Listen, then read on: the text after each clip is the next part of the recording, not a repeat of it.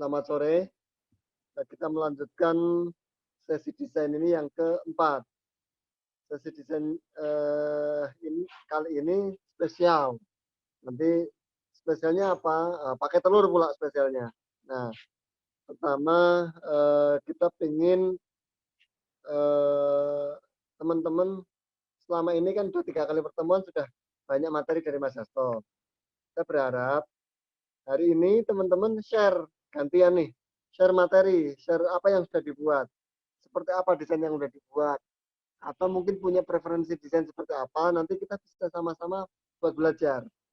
Mungkin kalau yang sudah dibuat sendiri bisa Mas Hasto review bareng-bareng, atau yang lain juga bisa review. Atau kalau misalnya ada preferensi desain seperti apa, oh kalau desain ini alirannya seperti ini, sebenarnya mungkin Mas Hasto bisa juga memberikan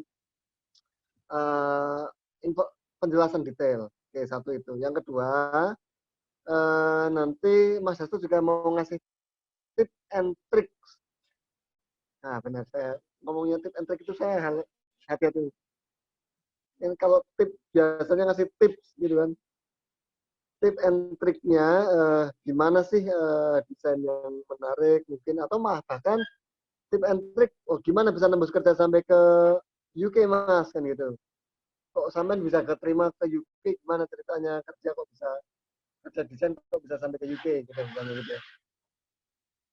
Oke, jadi itu mungkin apa namanya bisa menjadi insight tambahan lah buat kita semua.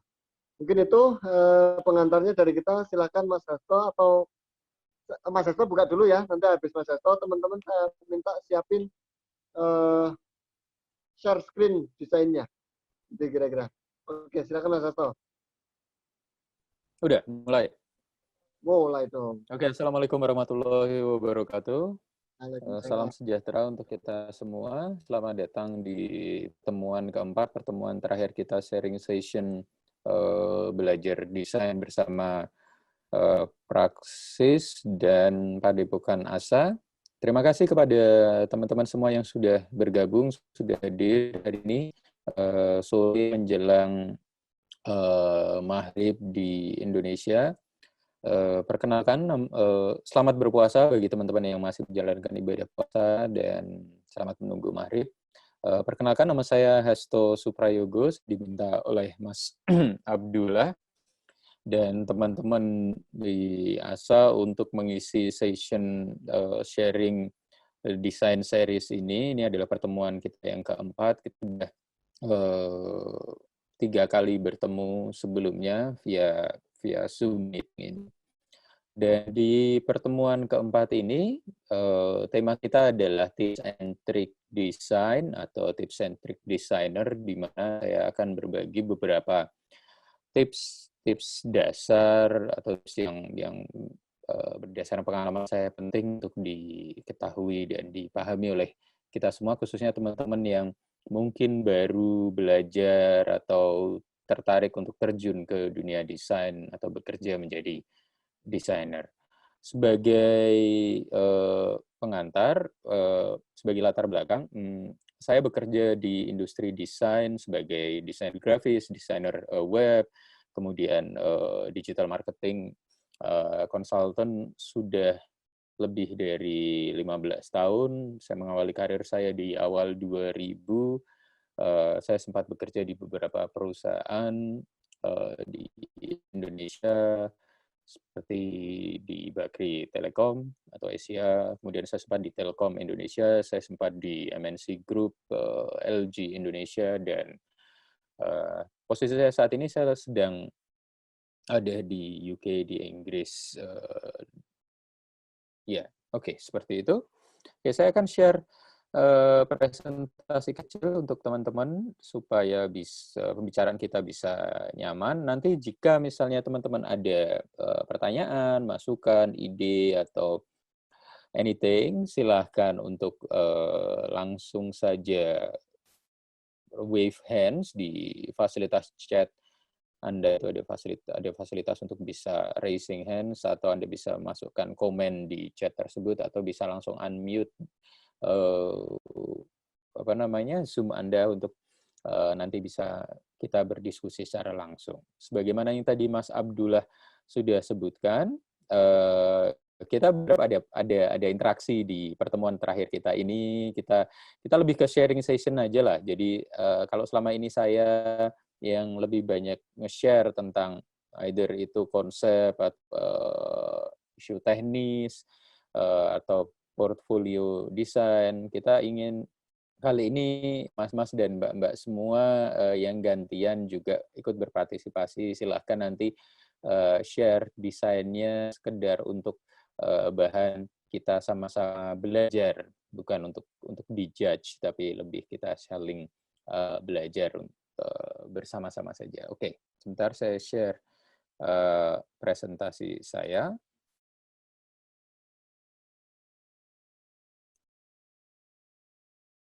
Mas Abdullah, ini saya nggak bisa share screen sharing ini, host disable Oke, attendee itu screen sudah. sharing, tolong. Silakan cek lagi, udah. Udah? Oke. Udah. Nah, oke, udah bisa. Ya. Oke, apakah kelihatan Kelihatan. PowerPoint saya? Oke. Jadi tema hari ini adalah designer tips and trick. Oke, kenapa tips and trick di sini maksudnya adalah ya sebagaimana yang yang ada di judulnya. Jadi ketika kita bekerja di industri desain, industri kreatif, mau jadi desainer, mau jadi konsultan, mau jadi analis, jadi dosen, jadi apapun, atau Anda kebetulan sedang berpikir untuk maksudnya misalnya kayak Anda yang masih mahasiswa berpikir untuk saya mau terjun ke industri apa ya, saya mau jadi apa ya. Jadi desainer itu satu opsi yang cukup menarik loh, yang relatif menarik dibandingkan pekerjaan-pekerjaan lain. Dan satu hal yang sangat menarik dari menjadi desainer pertama adalah khususnya di Indonesia, latar belakang pendidikan itu tidak terlalu signifikan dalam kesuksesan atau keberhasilan Anda terjun ke industri ini, ke dunia ini. Karena hampir dari sebagian besar teman-teman desainer yang saya kenal, bukan saya tidak mengencourage Anda untuk misalnya terjun atau untuk kuliah di misalnya DKV, desain komunikasi visual, tapi hampir sebagian besar desainer yang saya kenal di Indonesia maupun di UK tidak punya latar belakang pendidikan formal sebagai desainer. So, latar belakang pendidikan tidak jadi obstacles atau halangan bagi Anda atau siapapun untuk terjun ke dunia desain. Lebih ke masalah creativity, skills, dan berbagai hal lainnya. Itu yang nanti akan saya share. Oke, saya mulai. Sedikit infotainment, sedikit informasi saja. Sebagaimana saya sudah sebut di pertemuan sebelumnya, saya tidak saya tidak mengajari teknis menggunakan software di 4 pertemuan kita di sharing session ini, karena saya pikir itu akan menghabiskan waktu dan ada lebih banyak hal lain yang lebih bermanfaat untuk kita share.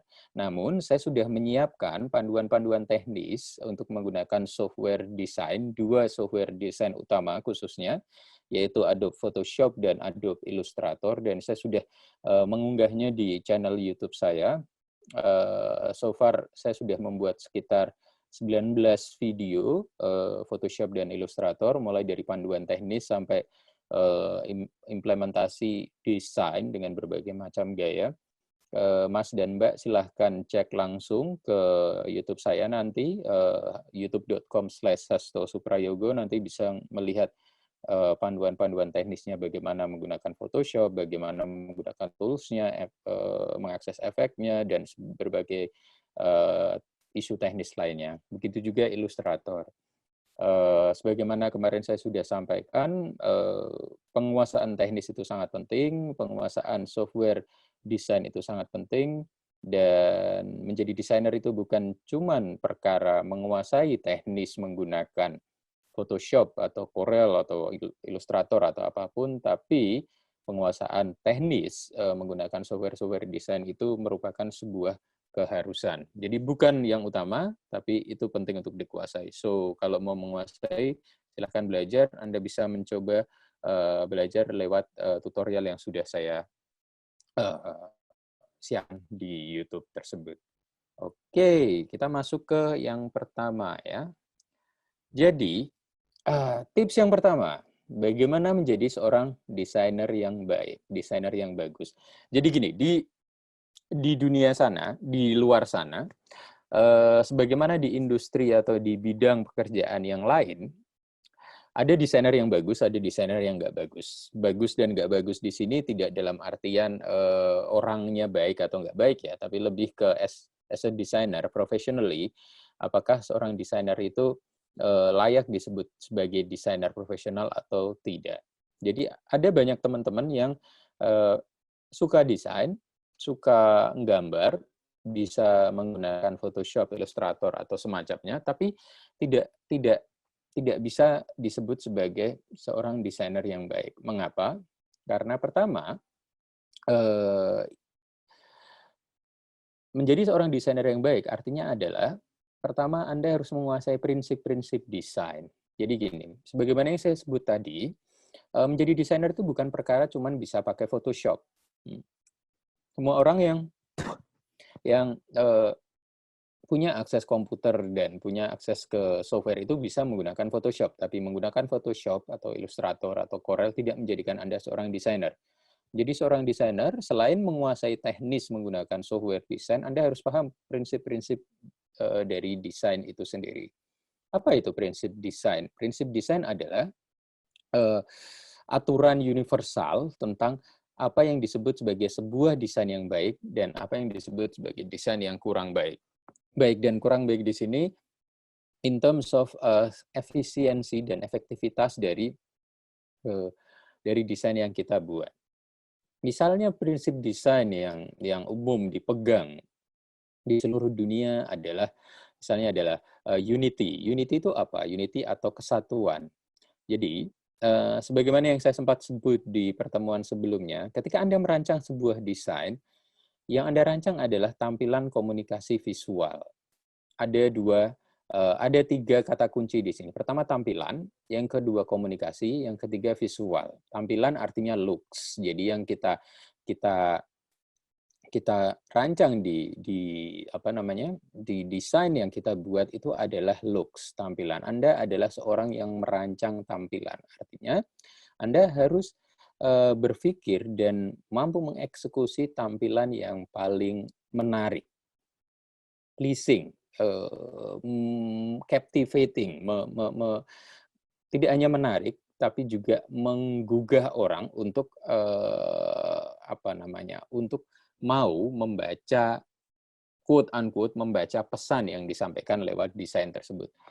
Kemudian komunikasi, desain adalah bentuk komunikasi.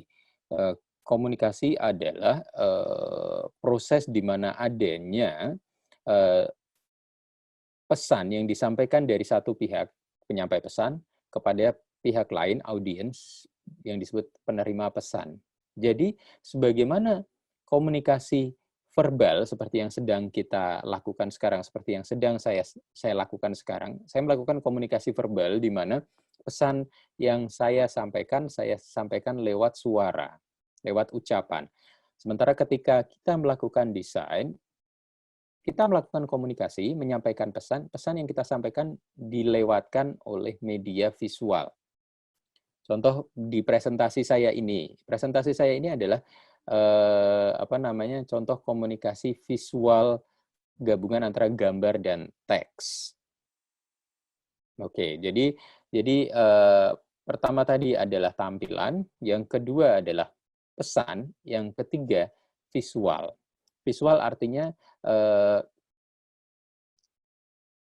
sesuatu yang berupa gambar atau berupa non verbal,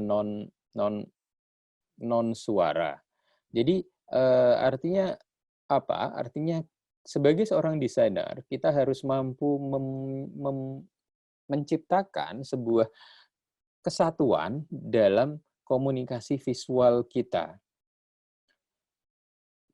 Ketika kita mendesain, ada kecenderungan untuk berusaha memasukkan sebanyak mungkin elemen ke dalam desain tadi. Karena kita pikir bahwa, oh kita pengen menyampaikan semua hal langsung. Tapi berdasarkan prinsip Unity ini, tidak semua elemen dalam desain itu bisa dimasukkan ke dalam tampilan ketika dia tidak menyatu dengan elemen-elemen yang lain. Jadi nanti kita ini masalah konsep sih. Jadi intinya adalah Unity, semua elemen dalam desain Anda itu mesti satu kesatuan, mesti satu message, sehingga the end of the day audiens Anda bisa mendapatkan pesan yang Anda ingin sampaikan itu. Contoh lain dari prinsip desain adalah hierarki atau tata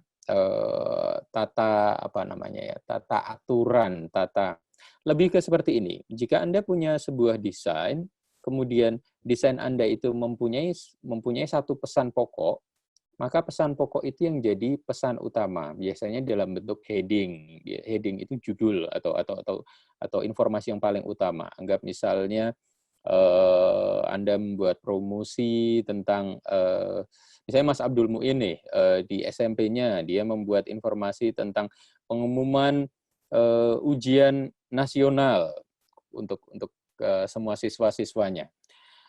Kita punya satu pesan yang paling utama, pengumuman ujian nasional. Anggap saja ujian nasionalnya akhir minggu ini, gitu ya. Terus Mas Abdul Muin dan pengelola sekolah ingin anak-anak belajar. So, ketika ada informasi seperti itu, Mas Abdul Muin harus memecah-mecah informasi tersebut berdasarkan hierarki, mana yang paling penting, setelah itu mana yang kurang penting, setelah itu mana yang lebih kurang penting lagi, dan seterusnya. Hierarki semacam ini, sebagaimana hierarki di struktur sosial di masyarakat, itu penting untuk kita pahami dan kita implementasikan secara visual. Jadi sebagaimana hierarki apapun, objek yang mempunyai posisi lebih penting, lebih tinggi, itu biasanya mengambil space paling besar. Makanya kalau nanti misalnya Mas Abdul Muin ingin membuat materi visual terkait dengan terkait dengan ujian nasional tadi sebagai contoh, informasi yang paling penting yaitu ujian nasional segera datang atau ujian nasional akan dilakukan minggu depan dan sebagainya, itu yang nanti harus ditampilkan paling besar secara visual, paling menarik secara visual. Baru nanti setelahnya ada informasi-informasi yang levelnya secara hierarkis di bawahnya, misalnya tanggalnya kapan, kemudian prasyarat menggunakan seragamnya apa saja, atau ada requirement mesti bayar SPP dulu atau sebagainya, dan sebagainya. Itu namanya hierarki. Jadi konsep desain seperti ini harus kita pahami. Kemudian nanti ada yang namanya usability dan visibility. Usability adalah kegunaan, visibility adalah seberapa jelas atau seberapa visible tampilan dari desain kita. Seperti ini implementasinya. Misalnya tadi Mbak Anissa cerita, Mbak Anissa pengen mencoba untuk terjun ke dunia UI, user interface atau UX, user experience. Nah, misalnya dalam dunia UI dan UX, desainer UI dan UX itu selalu juggling atau selalu berusaha membalance-kan, menyeimbangkan antara dua isu desain ini, usability dan visibility. Anda punya project misalnya merancang interface untuk sebuah apps di apps di mobile gitu ya. Ada brief tentang apa saja fitur yang bisa dilakukan. Oh, nanti di apps ini kita bisa anggap misalnya apps untuk chatting. Anda merancang apps untuk chatting. Oh, nanti fiturnya nanti bisa video calling, nanti bisa chat group, nanti bisa chat one-on-one, nanti bisa sharing foto, dan sebagainya. Ada begitu banyak requirement teknis tentang feature ini. Dan sebagai desainer, Anda harus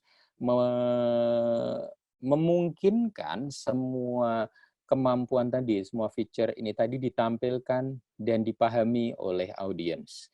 Jadi bayangkan fungsi seorang desainer adalah menjadi bridge atau jembatan antara keinginan dari programmer, dari owner bisnis itu sendiri untuk bisa menyampaikan, oh kita punya fasilitas A, B, C, D, E, dan fasilitas ini butuh dipahami oleh si audience atau user ini sebagai A, B, C, D, E, bukan sebagai X, Y, Z, dan seterusnya. Nah, bagaimana si audiens ini bisa memahami bahwa di apps tadi itu punya fitur A, B, C, D, E, kalau secara visual, apps tadi yang Anda rancang itu membingungkan, ya. Jadi, how to visualize sesuatu itu yang menjadi challenge kita sebagai desainer. Anda pasti pernah mengalami ketika Anda masuk ke dalam sebuah website atau ke dalam sebuah apps di mana Anda bingung, saya mau apa ya? Ini kalau saya nyari seperti ini itu di bagian mana ya? Atau saya lebih baik browsing atau search atau apa itu yang mana ya? Ini adalah contoh real bagaimana desainer yang merancang A dan X dari website atau apps tadi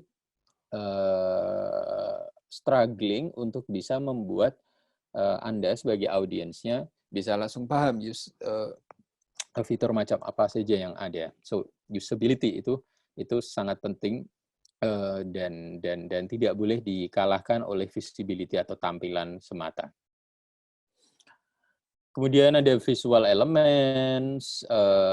Jadi untuk bisa jadi desainer yang baik, Anda harus paham juga apa saja elemen-elemen yang ada dalam desain, misalnya shape, balance, space, color. Jadi kemarin saya sudah sempat share tentang psikologi warna.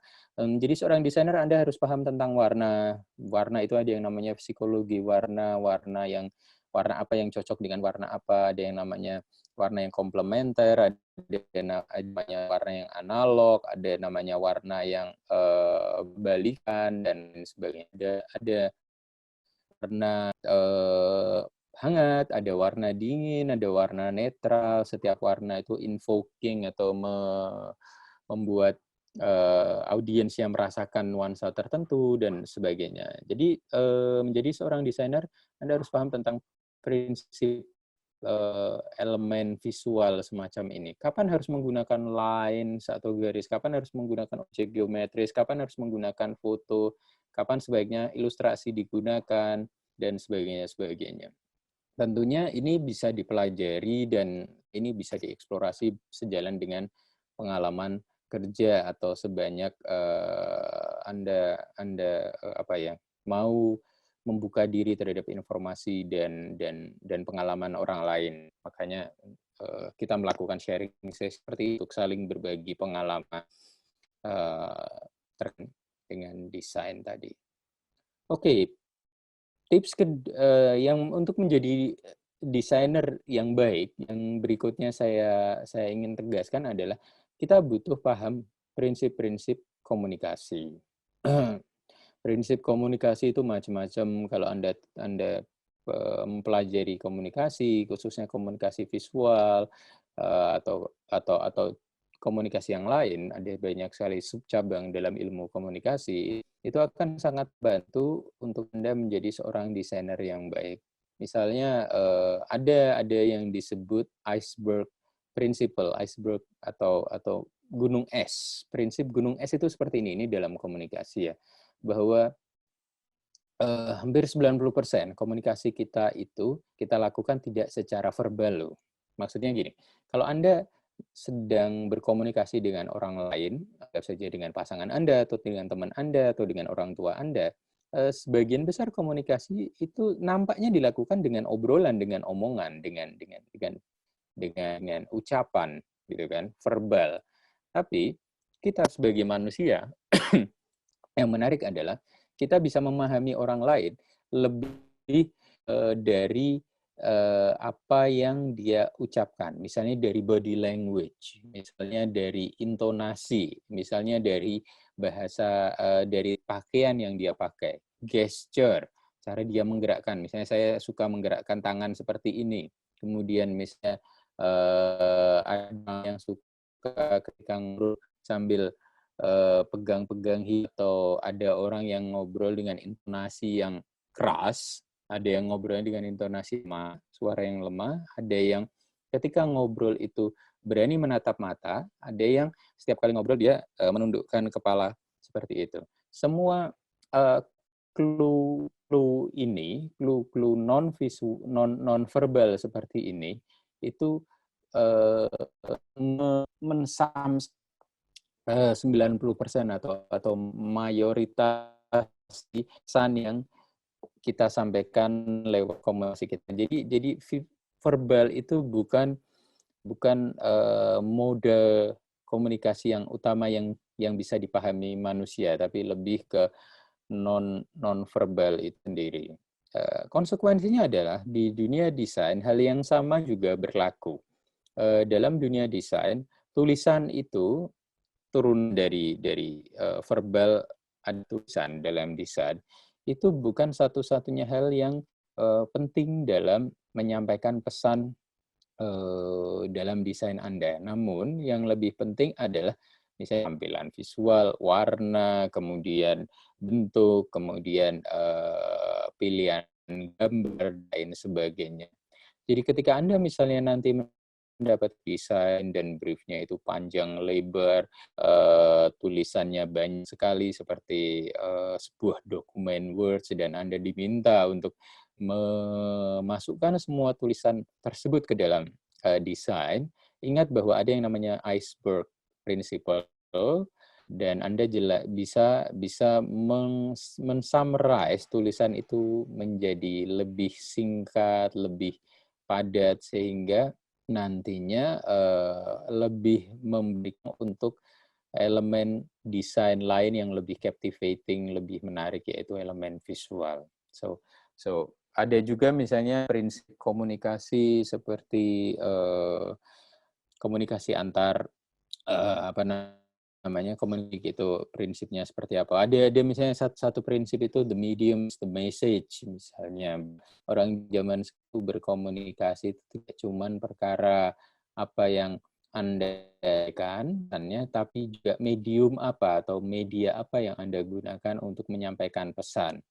Ini konsep dari Marshall McLuhan yang menarik sih. Jadi apalagi zaman sekarang Anda menggunakan komunikasi, misalnya apakah Anda menggunakan sosial media Instagram, Anda menggunakan Twitter, atau Anda menggunakan YouTube, atau Anda menggunakan Facebook, itu bagian dari pesan Anda itu sendiri. Misalnya Anda ingin dipersif sebagai orang yang lebih mengikuti tren, posibilitas Anda akan menggunakan sosial media Instagram. Anda orang yang kalau berusia seperti saya dan para bapak, Anda besar masih tergunakan platform misalnya karena teman-teman Anda, sementara anak muda sekarang sudah jauh sekali meninggalkan platform Mark Zuckerberg ini. Kemudian anak itu messaging yang mereka pakai, mungkin mereka pakai Telegram karena percaya dengan sekuritasnya dan sebagainya. So medium is the message. Medium apa yang Anda gunakan untuk mendesain itu juga menentukan makna seperti apa yang dipahami oleh audiens Anda. Dan ada prinsip 7, yaitu desain Anda harus clear, desain Anda harus concise, desain Anda harus correct, artinya jangan ada kesalahan dalam desain Anda harus komplit, jangan sepotong-sepotong kalau membuat informasi, dan desain Anda harus courteous, artinya harus sopan, jangan karena bikin heboh supaya orang tertarik demi tertarik, atau kalau istilah anak sekarang clickbait, menafikan norma-norma kesopanan. Berapa waktu kayaknya bukan ada promo perumahan. Ini sangat-sangat tidak sopan menurut saya, sangat tidak courteous, sangat tidak direkomend sebagai desain. Misalnya ada iklannya itu beli rumah dapat dapat istri, quote unquote, itu sangat-sangat menurut saya tidak patut, sangat-sangat merendahkan dan sebagainya. Captivating, langsung orang itu ngeh, tapi bagi saya itu tidak punya nilai kesopanan yang penting dalam sebuah desain. Oke, berikutnya yang perlu Anda pertimbangkan ketika Anda menjadi desainer dan perlu Anda kuasai ketika Anda menjadi desainer dan berusaha jadi desainer yang baik adalah culture dan art. Culture dan art itu seperti ini maksud saya. Menjadi seorang desainer, sebagaimana juga menjadi mempunyai profesi apapun, itu penting untuk paham akan budaya. Bayangkan, Anda mendesain misalnya, Anda orang Jawa misalnya, Anda mendesain untuk market, anggap saja Anda sedang berusaha ekspansi bisnis misalnya di Sumatera, di Medan lah, di Sumatera Utara. Anda orang Jawa dan Anda tidak paham budaya Sumatera. Anda tidak paham budaya khususnya di daerah Medan. Anda pasti akan menemukan kesulitan untuk bisa menembus aktualisasikan kampanye promosi dari perusahaan Anda tersebut. Karena apa? Karena Anda tidak paham budaya lokal di sana. Anda tidak paham misalnya penggunaan istilah-istilah yang ada di sana, apa yang dianggap tabu, apa yang dianggap sopan, tidak sopan. Ada banyak sekali contoh-contoh seperti ini di mana komunikasi yang dilakukan oleh satu pihak di wilayah lain, di wilayah budaya lain itu tidak berhasil, akan seringnya backfire ketika pembuat desainnya atau perancang desainnya tidak paham tentang budaya yang berbeda. Misalnya contoh yang kemarin saya sempat sampaikan, misalnya penggunaan tangan kiri. Kita di Indonesia, hampir sebagian besar kita dibesarkan dalam budaya di mana menggunakan tangan kiri untuk hal-hal yang penting itu dianggap tidak sopan. Misalnya bersalaman dengan tangan kiri, itu tidak sopan, atau makan menggunakan tangan kiri, itu dianggap tidak sopan. Anggap misalnya ada perusahaan dari luar, dari negara lain yang mau masuk ke Indonesia dan mereka tidak paham kultur seperti itu, dan mereka misalnya perusahaan makanan, mereka masuk ke Indonesia dan mereka karena di negaranya tidak punya budaya tentang makan harus menggunakan tangan kanan, mereka membuat visualisasi di mana gambarnya adalah gambar orang makan pakai tangan kiri, maka itu kemungkinan besar ketika dipasarkan atau digunakan di Indonesia, dia akan mengalami rejection yang relatif kuat. Sebagaimana misalnya juga kalau kita di budaya, misalnya budaya Jepang atau budaya Cina, itu punya keyakinan bahwa menancapkan sumpit di makanan, sumpit yang mereka pakai, chopsticks yang mereka pakai untuk makan itu, kalau di Cina atau di Jepang, kalau setelah dipakai Anda mau istirahat sebentar, Anda taruh itu di meja, bukan Anda tancapkan di misalnya mangkok nasi. Itu sesuatu yang rude atau sesuatu yang tidak sopan di budaya mereka. Dan misalnya kita merancang sesuatu untuk budaya yang berbeda, untuk masyarakat dengan budaya yang berbeda, pastikan bahwa Anda pahami dulu apa yang menjadi nilai-nilai penting dalam budaya masyarakat tersebut. Do's and don'ts saya menyebutnya. Apa yang boleh, apa yang tidak boleh. Anda harus paham tentang value yang mereka percaya. Bagaimana untuk bisa belajar semua hal itu? Literatur banyak, jadi Anda bisa baca, Anda bisa diskusi dengan orang setempat, Anda bisa cari tahu seperti apa kultur masyarakat di satu daerah dan sebagainya. Ada satu contoh misalnya, ada keyakinan di Jogja, di masyarakat Jogja misalnya, bahwa di Parangtritis, kalau Anda mengunjungi salah satu pantai di Jogja namanya Parangtritis, Anda disarankan untuk tidak memakai pakaian warna hijau. Kenapa? Karena ada keyakinan lokal bahwa kalau ada orang yang menggunakan pakaian warna hijau di pantai Parangtritis bisa ditelan ombak dibawa sama penguasa Laut Selatan, Ratu Kidul. Nah, anggap Anda seorang desainer dan Anda sedang merancang tampilan desain untuk Anda aplikasikan untuk promosi di Jogja, Kemudian Anda berpikir, oh kayaknya kita pakai background laut Jogja bagus nih, gini. Kemudian ada modelnya, nanti kita taruh di depan pantai Jogja ini. Kemudian kebetulan misalnya karena Anda nggak paham tentang kultur lokal Jogja terkait keyakinan pakaian warna hijau di pantai Parangtritis, Anda taruh modelnya menggunakan pakaian warna hijau. Dan Anda tulis misalnya something bahwa ini adalah genuine Jogja dan sebagainya. Kemungkinan besar Anda akan kena semprot dari warga lokal Jogja karena insensitif terhadap isu-isu tersebut. Atau misalnya Anda menggunakan gambar keraton atau gambar bukan keraton lah, gambar misalnya Sultan Jogja dengan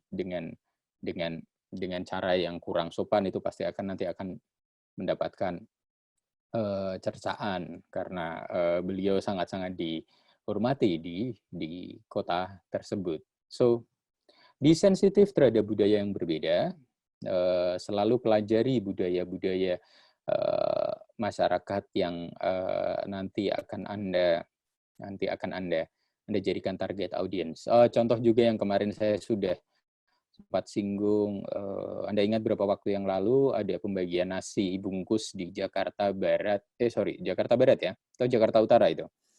Nasi bungkus anjing itu bergambar anjing sebenarnya, bergambar logo anjing. Nah, itu contoh dari insensitivitas dari pihak yang melakukan pembagian, insensitivitas dari desainer yang merancang tampilan bungkus nasi bergambar logo anjing itu, karena kalau dia sensitif, kalau dia paham budaya, kalau dia paham values, dia akan tahu bahwa masyarakat Indonesia mayoritas Muslim dan anjing itu adalah hewan yang bagi mayoritas umat Muslim di Indonesia yang memegang mazhab Syafi'i itu sebagai hewan yang tidak terlalu quote-unquote disukai, apalagi dalam bentuk makanan. Itu sangat ofensif. Selain mempelajari dan memahami budaya, Anda juga harus sebaiknya belajar tentang art, seni. Meskipun saya selalu bilang bahwa desainer grafis atau desainer itu bukan seniman, namun memahami seni, art, sebagai seni itu sendiri, itu bisa sangat membantu Anda dalam bekerja sebagai desainer. Seni for the sake of seni itu sendiri, art for the sake of the art. Seni di sini bisa seni populer atau popular pop art atau high art atau seni kelas atas, kelas tinggi. Popular art itu maksudnya adalah produk-produk seni populer yang ada di media-media mainstream, misalnya televisi, radio, literature, buku, majalah, dan sebagainya. Anggap misalnya Anda seorang desainer, Anda harus paham apa yang sedang tren, tontonan tren di saat sekarang di Netflix misalnya. Anda harus paham itu, Anda harus tahu itu.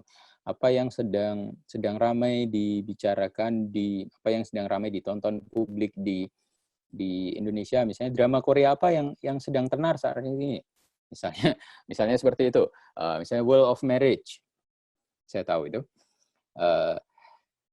Anda harus mengikuti tren itu. Meskipun secara pribadi mungkin Anda tidak suka dengan produk-produk pop art semacam kayak drama Korea atau sinetron Indonesia atau acara-acara reality show busuk-busuk di TV, tapi paling nggak Anda harus tahu bahwa ada produk-produk seni populer seperti itu yang dikonsumsi oleh masyarakat Indonesia saat ini, sehingga ketika Anda nanti merancang sebuah desain untuk kepentingan apapun, bisa jadi Anda mengambil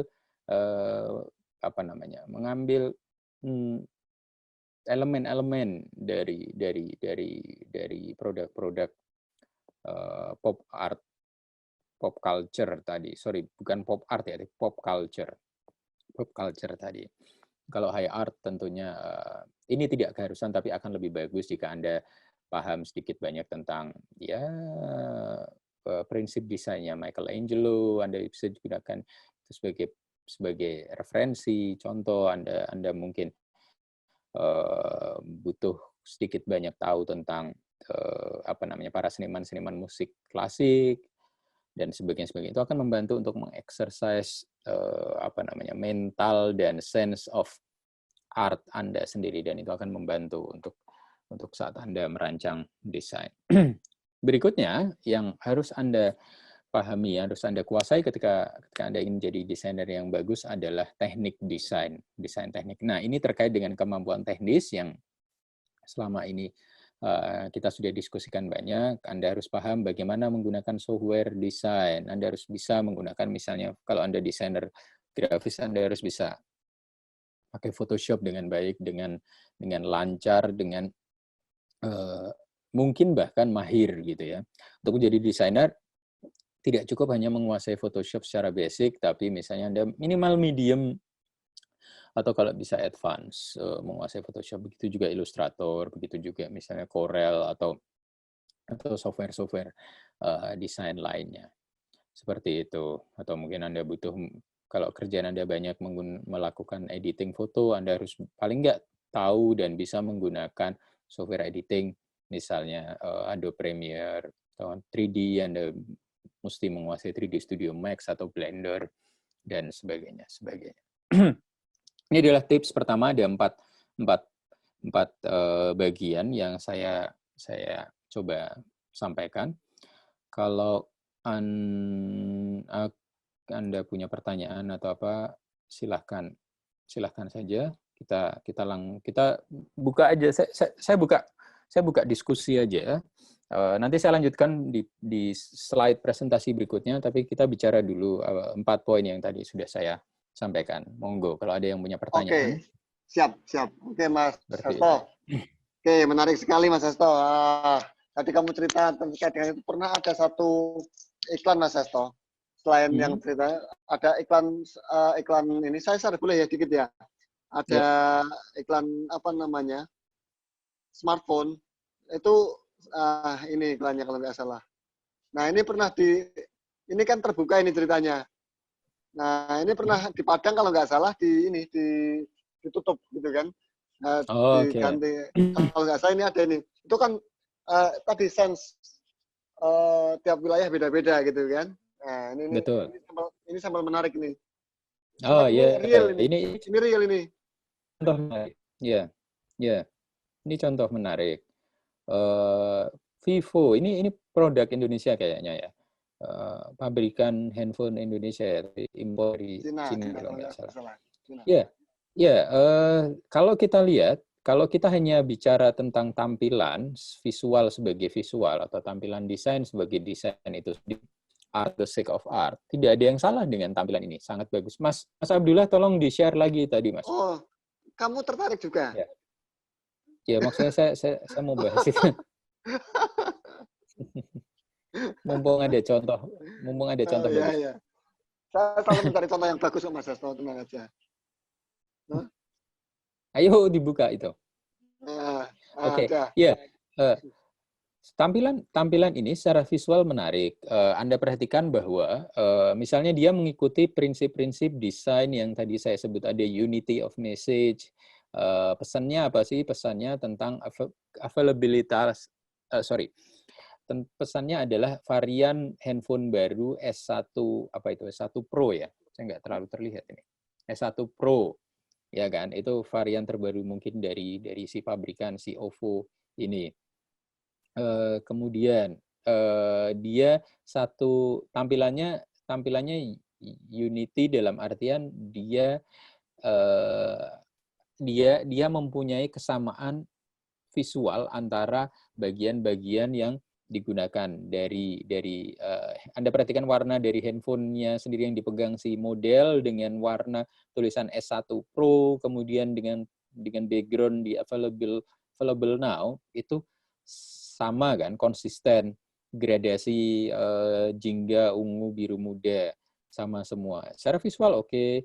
Kemudian penempatan dari identitas korporasi, brandnya, logo dari Vivo sendiri sangat jelas, orang bisa langsung melihat di bagian kiri atas logonya Vivo, jadi orang tidak akan keliru memahami iklan ini sebagai iklan misalnya Oppo atau Samsung, karena logo atau brand identity-nya clear.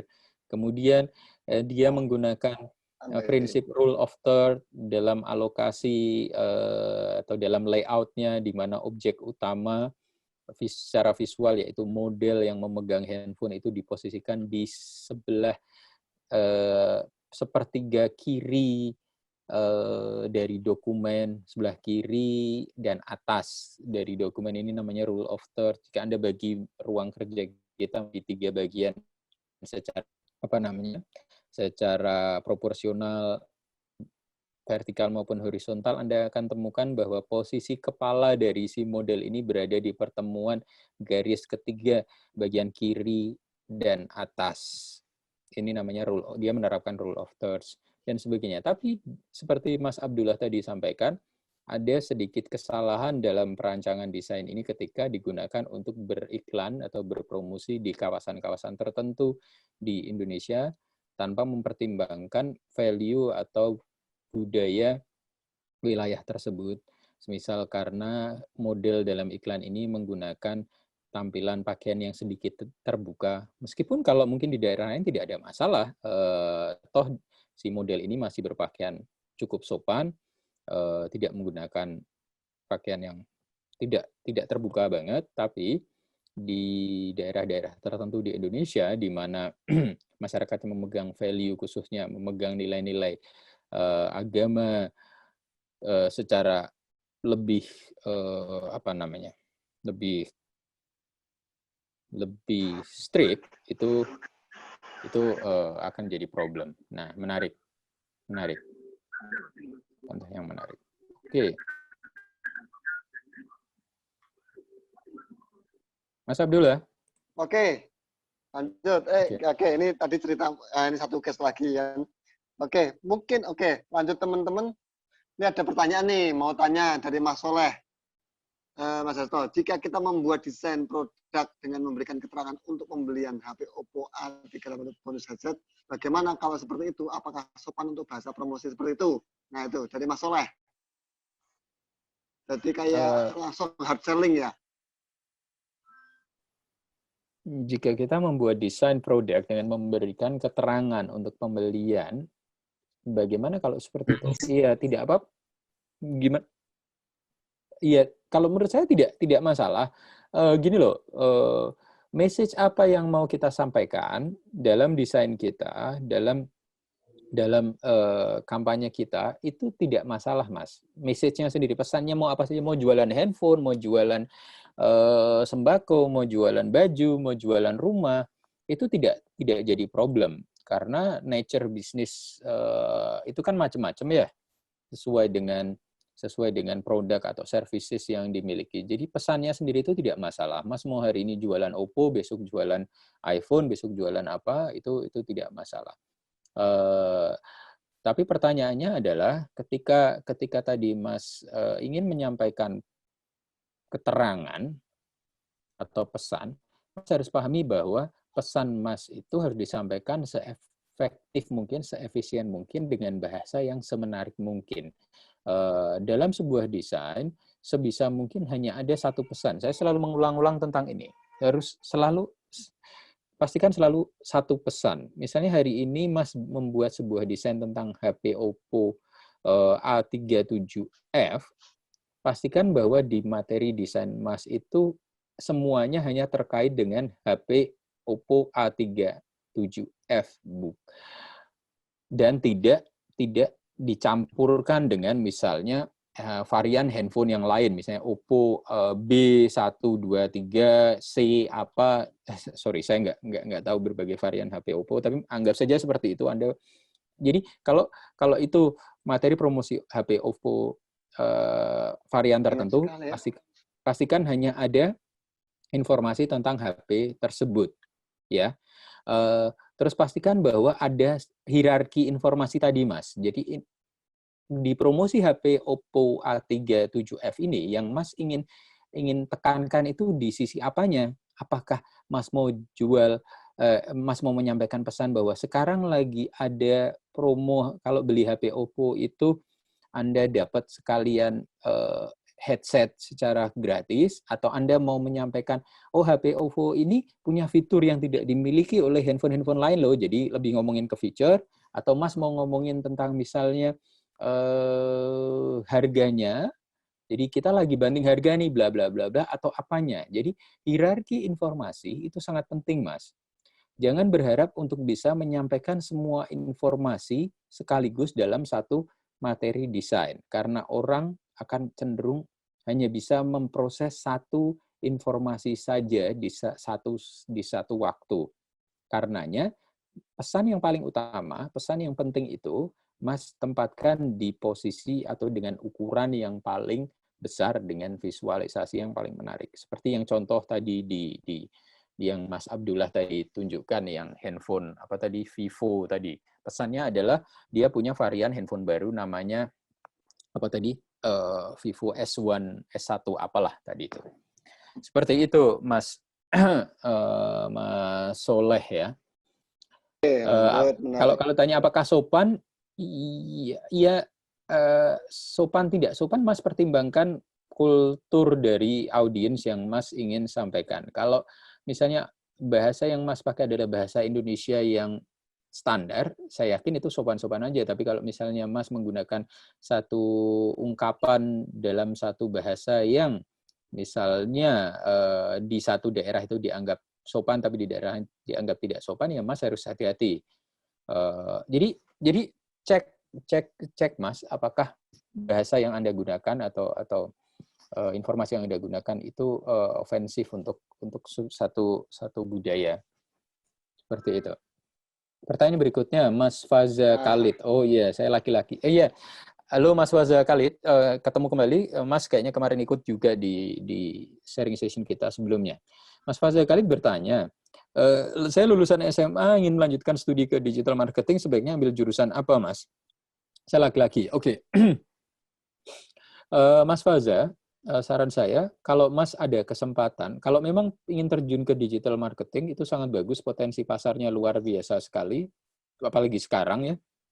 Anda lulusan SMA, saran saya, ambil jurusan komunikasi, Mas. Kalau Anda coba browsing di universitas-universitas di Indonesia, itu banyak sekali universitas yang membuka jurusan komunikasi. Kalau bisa, saya sarankan Mas ambil dari universitas yang universitas negeri. Jurusan komunikasi yang bagus itu banyak. Saya nggak tahu Mas Faza ini posisinya di mana, di Jawa, di luar Jawa, di provinsi mana. Tapi misalnya yang komunikasinya bagus itu UGM itu bagus, itu komunikasi, ilmu komunikasinya. Kemudian Enggak iklan tempat istrimu, Has. Saya promosi universitas Kenapa yang enggak iklan yang kebetulan istri saya bekerja di itu di Undip, Mas. Ilmu komunikasinya bagus. Gitu dong. Kemudian iya, jurusan ilmu komunikasi, Mas. Karena nanti di dalam ilmu komunikasi biasanya masuknya FISIP, Fakultas Ilmu Sosial dan Ilmu Politik, nanti ada jurusan ilmu komunikasi. Mas coba browsing di universitas mana saja yang ada ilmu komunikasi. Mas cek nanti apa itu? Rating akreditasinya seperti apa.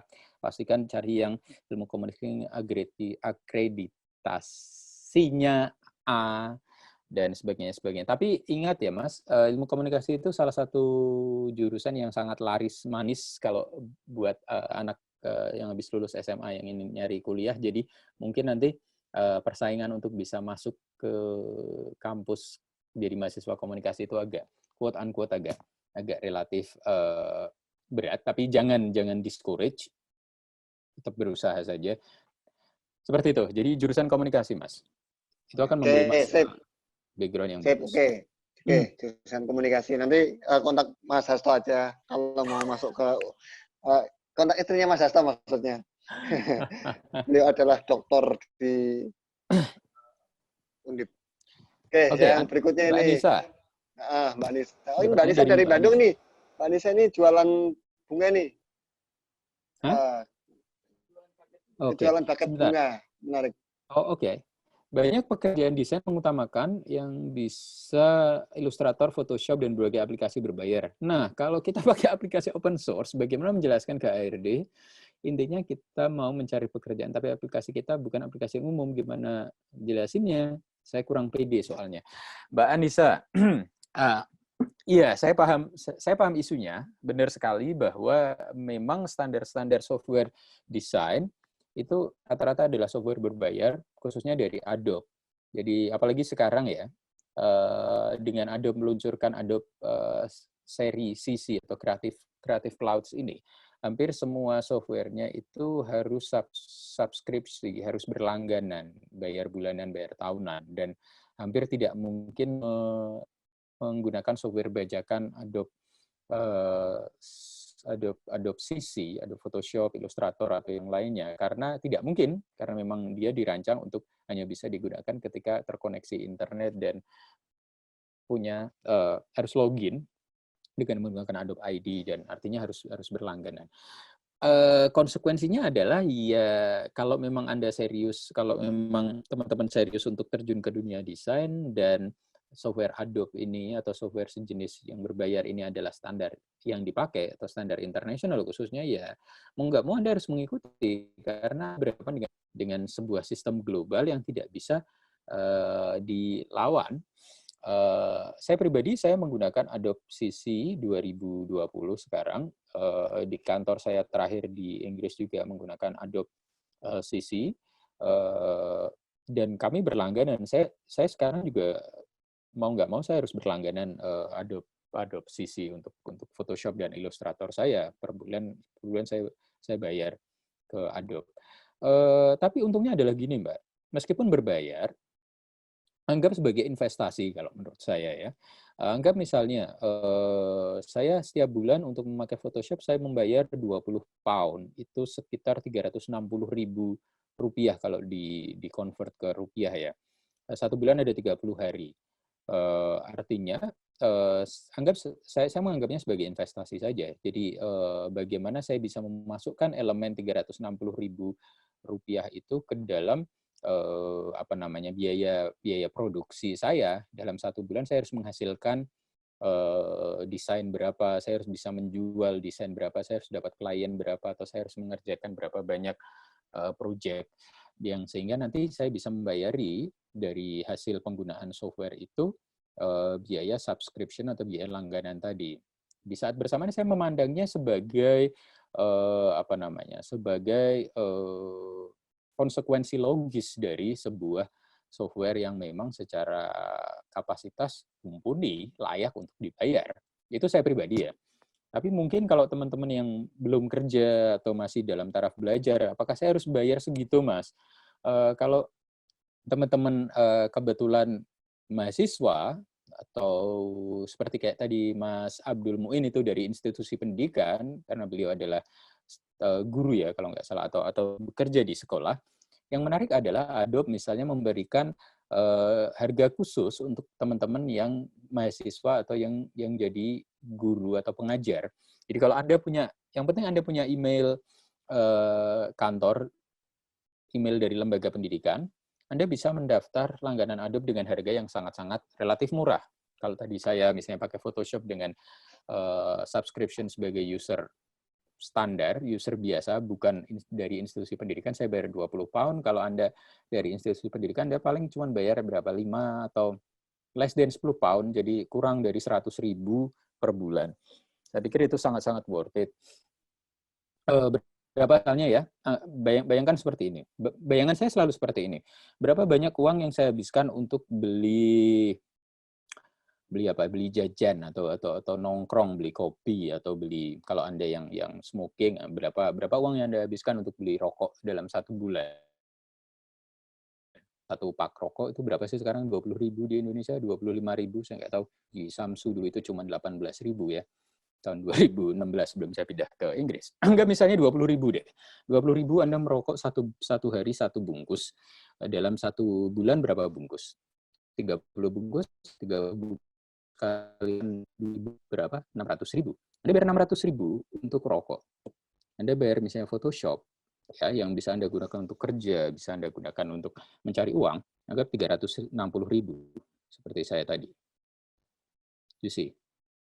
Anda kurangi rokok Anda, separuhnya saja, Anda sudah bisa membeli atau menggunakan layanan Photoshop Adobe CC 2020 secara legal, dan juga saya selalu melihatnya sebagai seperti ini. Kalau saya menggunakan software legal yang harus bayar, artinya saya punya dorongan kepada diri saya sendiri untuk tidak membiarkan software itu tergeletak di laptop saya tanpa saya gunakan. Jadi saya quote unquote terpaksa untuk harus produktif. Oh, saya sudah bayar nih, saya harus create sesuatu. Saya harus create sesuatu. Hari ini saya harus bikin satu paling enggak. Besok saya harus bikin satu paling enggak. Jadi lihat itu sebagai sebuah hal yang positif, dan manipulasikan itu sebagai sebuah hal yang positif dan bukan sebagai sebuah beban. Kalau memang terpaksa karena satu dua hal tidak bisa menggunakan Adobe atau software berbayar dan terpaksa menggunakan software yang open source, which is saya sangat bisa paham, misalnya pakai Waduh, Gim, speaker tidak bekerja. pakai Inkscape misalnya, atau pakai Blender, tidak apa-apa. Bagaimana menjelaskannya? Ya, Anda harus fair, Anda harus jujur bicara pada HRD atau pada calon user di perusahaan yang Anda sedang apply itu. Anda jelaskan, saya punya situasi seperti ini, Pak, Bu, bahwa saya belum sempat menggunakan software berbayar, misalnya Photoshop, Illustrator, atau yang lainnya, karena faktor misalnya budget dan sebagainya. Tapi saya menguasai software sejenis, yaitu misalnya Inkscape, Gim, dan lain sebagainya. Anda jelaskan, pertama Anda harus akui itu secara fair, kemudian Anda jelaskan keunggulan atau kesamaan yang ada dari software-software tadi. Jadi misalnya, pertama setelah Anda fair mengakui bahwa saya tidak menggunakan ini karena faktor X, Y, Z, kemudian tapi Anda jelaskan bahwa meskipun Anda menggunakan software yang open source, kapasitasnya tidak kalah, Anda bisa fiturnya sama, serupa, dan pastikan kalau mereka nanti tetap meminta Anda menggunakan software yang berbayar di kantor mereka setelah Anda join, Anda menjelaskan bahwa Anda bisa atau bersedia untuk belajar dengan cepat ya untuk menggunakan software berbayar tadi. Jadi saya pikir kejujuran itu jadi satu kunci, karena nantinya Anda akan kerja, jadi lebih baik mengawali dengan hal yang fair dari awal, udah mengakui gini. Jika memang mereka atau pihak perusahaan itu mau memberi kesempatan, dan rezeki itu nggak akan kemana-mana. Jadi jangan khawatir soal itu, jelaskan saja, jelaskan juga komitmen Anda untuk mau belajar ketika nanti sudah terjun ke pekerjaan tersebut. Oke, sip, Mas Hasto. Ada yang menarik sebenarnya kalau saya. Satu hal tadi mungkin gini, saya tidak peduli mau pakai tools apapun, yang penting outputnya sesuai dengan harapan kita gitu ya. Outputnya baik. Satu. Contohnya nih, kita punya teman nih. Kita dulu punya teman namanya Mas Maliki. Gila nggak? Dia desain, dia batik gitu ya, pakai paintbrush. Gitu kan. Bukan pakai Photoshop, Adobe Illustrator atau apapun, pakai paintbrush. Dan satu-satu, tapi hasilnya luar biasa gitu. Nah, itu kita lebih ini saya kira aja. Ini real ini. Kita punya kawan itu yang desain tukang batik pakai paintbrush gitu kan. Nah, itu mungkin itu ya salah satu. Yeah. Oke, lanjut.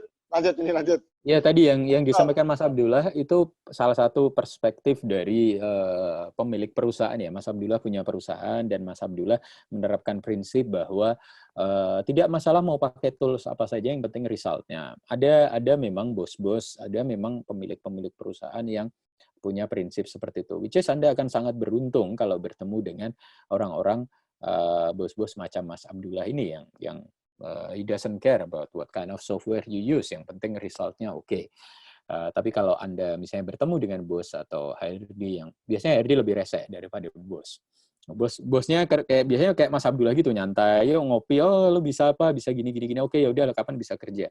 Nanti kalau di HRD nanti baru Anda akan berurusan dengan semua hal administratif tentang ini jasanya mana, lulusannya apa, kemudian ada ini nggak pengalaman training Photoshop di mana, atau bisa software apa saja dan sebagainya. Jadi kuncinya adalah be fair, jujurlah, jelaskan dan tunjukkan bahwa Anda punya komitmen. Itu saja, jangan khawatir soal ini. Dari Mas Oke. Krismawan. Nah, menarik. Dari Mas Krismawan. Saya mau bertanya, apakah menjadi desainer lebih ke bakat alami atau hasil pengalaman? Bagi saya, mendapatkan desain yang bagus perlu perjuangan, pelatihan, dan pengalaman. Sedangkan untuk teman-teman saya yang biasa desain hanya perlu waktu singkat saja. Oke. Halo Mas Kris, ya kalau saya percaya bahwa semuanya itu gabungan, Mas. Semuanya itu kombinasi antara bakat dan pengalaman. Akan sangat bagus ketika seseorang itu mempunyai bakat menggambar atau bakat menulis atau bakat memotret atau apa untuk bisa jadi desainer yang baik. Tapi bakat saja tidak cukup karena bakat tidak ditunjang dengan kemampuan untuk mengeksplorasi bakat itu, bekerja keras untuk mempelajari berbagai macam konsep atau literatur terkait dengan desain, kemudian mencoba dan tidak menyerah, itu yang akan menjadikan seorang itu menjadi desainer yang baik. Mungkin kalau soal waktu, ada desainer yang butuh waktu lama untuk bisa menghasilkan satu tampilan, sementara ada desainer lain yang butuh waktu lebih singkat. Itu perkara soal kalau menurut saya adalah learning curve, Mas, atau kemampuan memaknai ya. Jadi gini, seperti yang saya sempat singgung di apa namanya, di pertemuan kita sebelumnya, misalnya Anda merancang sebuah desain, kalau Anda tidak mempunyai panduan brand misalnya, kemungkinan besar Anda akan terseok-seok dalam merancang desain itu. Anda akan struggle untuk menentukan warnanya harus apa, Anda struggle menentukan fotonya yang mana, Anda akan struggle menggunakan logonya, Anda harus menggaung dan sebagainya. Ini akan butuh waktu yang relatif lebih panjang kalau misalnya Anda sudah punya panduan untuk merancang desain itu. Itu satu contoh ya. Kemudian misalnya seorang desainer yang hanya bisa menggunakan software, misalnya cuma jago pakai Photoshop tapi tidak paham konsep desain seperti yang tadi saya sebut tentang visibility, usability, balance, unity, kemudian sebagainya, akan struggle dibandingkan dan butuh waktu lebih lama untuk merancang desain dibandingkan desainer yang paham semua konsep dan bisa menerapkan konsep tadi. Seorang desainer yang paham psikologi warna akan lebih mudah menentukan warna tampilan desainnya dibandingkan orang yang hanya bisa menggunakan Photoshop atau Illustrator saja dan tidak paham psikologi warna. Seorang desainer yang memahami budaya atau mentalitas atau culture dari audiensnya akan lebih gampang menentukan menggunakan teks macam apa atau gambar mana atau tampilan desain seperti apa dibandingkan desainer yang buta terhadap budaya dari audiensnya. Jadi semakin banyak informasi, semakin banyak knowledge, semakin banyak konsep yang terkait desain maupun tidak secara langsung maupun tidak langsung, semakin mudah Anda semua akan untuk merancang tampilan desain Anda. Jadi jangan pernah berhenti untuk belajar, jangan pernah berhenti untuk membaca literatur apapun, tidak harus terkait dengan desain. Anda bisa baca tentang sastra, Anda bisa baca tentang antropologi, sosiologi, sejarah, Anda bisa baca tentang kajian budaya dan lain sebagainya, yang semua itu akan nanti enriching atau memperkaya khasanah pandang Anda sehingga saat Anda merancang desain secara sadar nggak sadar, semua knowledge yang Anda punya itu bisa tertuang dan dimanfaatkan dalam desain yang Anda buat tadi. Oke, Mas Seperti itu, Hasto. Mas. Ya. Oke, menarik, Mas Krismawan tuh. Kalau saya boleh share sedikit, saya punya tadi ceritanya tentang Mas Krismawan itu perjuangan, pelatihan dan pengalaman. Saya kira, oke, ada saya punya sampel kecil nih, punya anak saya nih, Mas Hasto. Oh ya, doodle, bagus nih. Ya, jadi gini mungkin Mas Krismawan, kalau saya melihat ini anak saya senang gambar, lagi sebenarnya gini, bukan senang juga. Umur berapa ini, Mas? Umur 10 tahun. 10 tahun. Oke, umur 10 tahun ini dia lagi senang gambar. Jadi dia belajar sendiri. Tapi gini, tadi lebih ke sebenarnya saya sebagai orang tua, Kak, kamu suka apa? Oh, gambar. Udah, coba gambar, terus tak belikan buku, tak belikan ini lebih ke ini. Jadi saya nggak punya background atau basic apa tadi istilahnya tadi bakat gitu ya, bakat alam. Tapi lebih ke membiasakan setiap hari. Jadi anak saya tanya, Kak hari ini kamu gambar apa? Kak besok mau gambar apa? Kak mana gambar hari ini? Dan itu terus dan hasilnya kayak gini Mas Hasto. Nah dia Bagus pergi sekali ya. nyari-nyari Bagus sekali. kayak Iya. gini. Ini yang Dia disebut talent. berimprovisasi. Benar. Ini yang tadi kita sebut sebagai talent. Jadi memang ada orang-orang, anak-anak yang punya talent untuk bisa ini apa Yayasan Arofah nih. Ya, ini Oh ini, gambarnya lagi nih. ya ini bagus. Nah, Nah, ini namanya talent. Dahayu ini punya talent kalau saya sebut untuk jadi desainer atau suka mendesain jadi seniman ini sangat cocok. Nanti ketika usianya sudah lebih dewasa lagi, nanti tinggal misalnya ditambahi bekal tentang pengetahuan teknis desain itu sendiri, tentang konsep dan sebagainya. Tapi secara bakat dia sudah punya, jadi ini sangat luar biasa. Kalau bisa kali ini dia lagi suka doodle. Dia nonton sendiri di doodle. Aku aja nggak ngerti. Dia nyari di. Nah tadi ya Mas Hasto cerita tentang ya, literasi gitu ya. Jadi dia betul googling sendiri literasi. doodle itu Betul. apa. Iya. Dia setiap hari nontonnya apa sih kayak gini-gini. Nah kayak gitu-gitu. Sebelumnya dia belajar lagi suka krayon. Jadi semua yang basicnya pakai krayon. Nah ini namanya anak-anak. Jadi saya lebih cenderung oke, bakat itu kalau ada lebih bagus. Tapi paling tidak sebenarnya adalah konsistensi determinasi kita terus menerus gitu ya. Menurut Ya, saya loh ya, ini saya coba benar-benar. terapkan ke Saya anak setuju. saya. Saya terapkan ke anak saya itu eh, ya ini ya apa namanya nah inilah dia kalau gambar kayak gini nih dia uh, sambil tiduran santai kayak gitu. Nah kayak gini.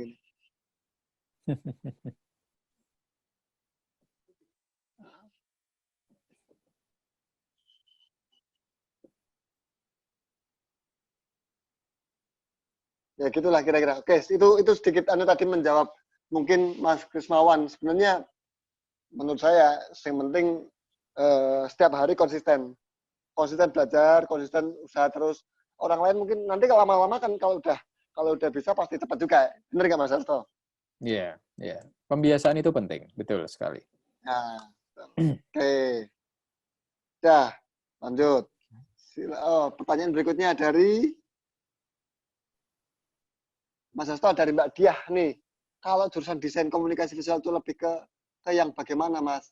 Ini karena tadi digital marketing masuk ke komunikasi malahan ya. Oke, itu. Iya, Silakan. kalau desain komunikasi visual, sepemahaman saya memang dirancang untuk mereka yang memang ingin terjun menjadi desainer. Terjun ke industri kreatif, jadi desainer, jadi animator, jadi pembuat film dan semacamnya. Jadi lebih ke ke kepentingan yang spesifik, profesi yang spesifik ya. Tapi kalau komunikasi, jurusan ilmu komunikasi itu lebih general. Jadi Anda belajar komunikasi, dan Anda tidak harus jadi desainer, Anda bisa jadi nanti misalnya PR consultant, Anda bisa jadi digital marketing, Anda bisa jadi konsultan komunikasi politik, Anda bisa jadi wartawan, banyak sekali anak-anak jurusan ilmu komunikasi yang jadi wartawan dan sebagainya. So idenya adalah desain komunikasi visual itu lebih spesifik mengajari Anda untuk jadi insan kreatif, sementara kalau ilmu komunikasi lebih general mengajari Anda ke bidang komunikasinya itu sendiri. Bidang komunikasi itu penting dalam kemampuan yang penting untuk bisa menjadi seorang desainer. Tapi mungkin di ilmu komunikasi Anda tidak diajari secara teknis bagaimana menggambar, tidak diajari secara teknis bagaimana menggunakan Photoshop dan sebagainya. Itu akan diajari di desain komunikasi visual. So terserah kepada Anda lebih, kalau memang dari sekarang sudah, kalau Mbak Diah ini sudah dari sekarang memang punya bayangan, saya mau jadi desainer gitu ya. So lebih baik spesifik masuk ke DKV, desain komunikasi visual. Tapi kalau Mbak Diah masih berpikir bahwa saya suka desain, tapi saya belum tahu apakah saya mau jadi desainer, saya mungkin nanti jadi wartawan atau jadi atau jadi perusahaan saja, artinya Anda butuh posibilitas yang lebih luas, ya saran saya masuk ilmu komunikasi. Nanti bisa juga desainnya nanti belajar sendiri atau ngambil kursus atau ngambil penjurusan tertentu. Seperti itu. Oke, berikutnya dari Mas Yoga Suara. Saya mau tanya, agar sinkron desain dan ke web coding terkadang yang desain rada sukar diterapkan ke code. Iya, Mas, Pengalaman nih. pengalaman. Ya, betul sekali, Mas Yoga. Kebetulan saya dari dulu ya, bahkan ya masih sampai sekarang sih. Jadi web designer, Mas Abdullah dulu saya dulu sering kerja sama Mas Abdullah untuk merancang desain web. Mas Abdullah mendevelop webnya, saya membantu menyiapkan desain visualnya. Jadi kuncinya seperti apa? Kenapa ada desain yang sukar diterapkan ke coding? Pertama, kalau boleh saya mengasumsikan, kayak boleh saya menganalisis, kemungkinan desainernya tidak paham tentang coding atau konsep coding secara mendasar. Seorang desainer tidak harus paham semua bahasa pemrograman yang daki-daki itu ya, nggak harus paham PHP, nggak harus paham MySQL, nggak harus paham. Cukup yang sederhana aja lah. Harus seorang desainer web khususnya harus paham paling nggak HTML sama CSS. Itu penting, itu harus.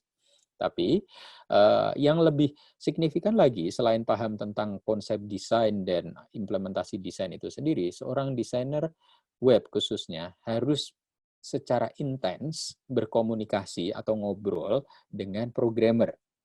Ya, jadi sebelum merancang sebuah desain untuk sebuah web, yang harus dilakukan adalah melakukan sesi brainstorming atau ngobrol panjang lebar terkait dengan web itu sendiri.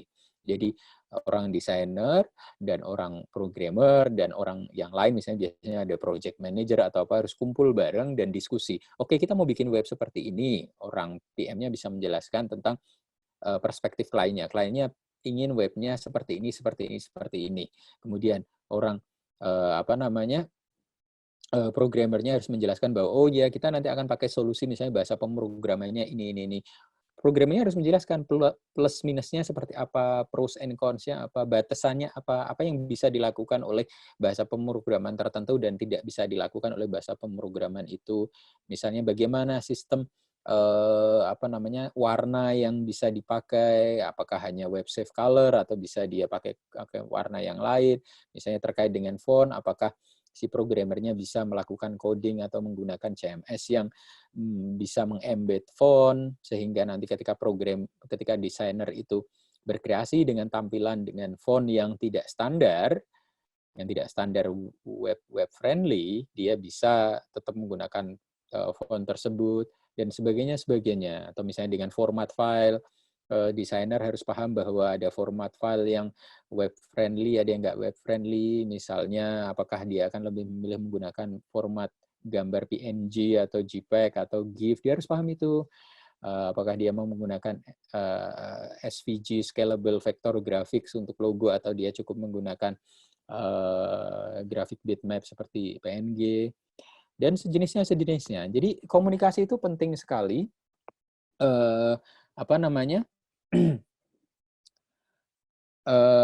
Penting sekali untuk kita sebagai desainer bisa maksimal dalam menghasilkan sebuah desain dan bisa diimplementasikan misalnya oleh programmer kalau ini dalam konteks desain web. Ngobrol, intinya adalah ngobrol. Jangan menjadi desainer itu jangan hanya hidup di dunia Anda sendiri, jangan hanya duduk di pojokan merancang desain dan berkutat dengan pikiran Anda sendiri, tapi bicaralah dengan orang-orang yang nanti akan bekerja bersama Anda.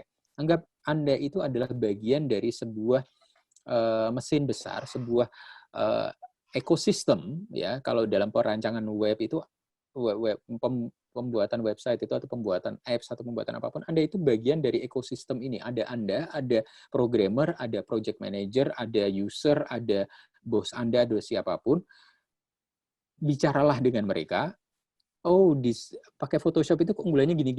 Nanti saya bisa menghasilkan kayak gini. Ini ada fitur baru kayak gini. Ini saya bisa buat tampilan seperti ini.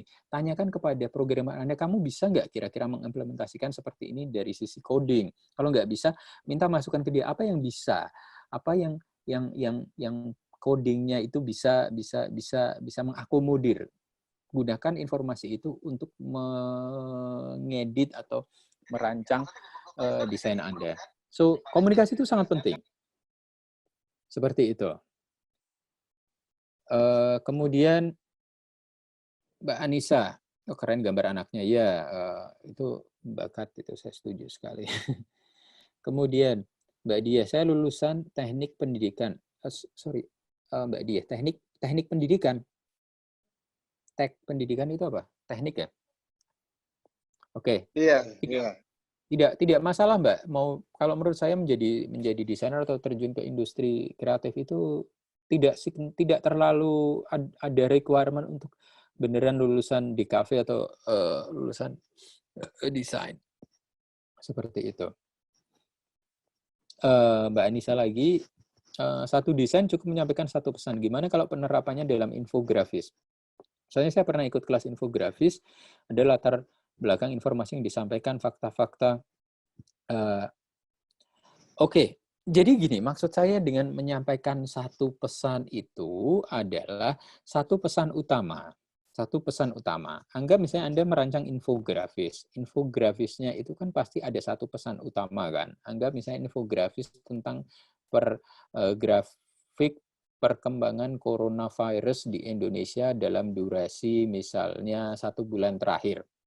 Pesan utamanya apa? Pesan utamanya adalah informasi tentang coronavirus di Indonesia 1 bulan terakhir. Itu satu pesan. Visualisasinya bisa beragam, kontennya, tulisannya bisa macam-macam, selama masih terkait dengan satu pesan tadi tentang perkembangan coronavirus 1 bulan terakhir, itu masih bisa disebut satu pesan. Tidak akan jadi satu pesan jika infografis tentang coronavirus 1 bulan terakhir Anda tambahi misalnya informasi tentang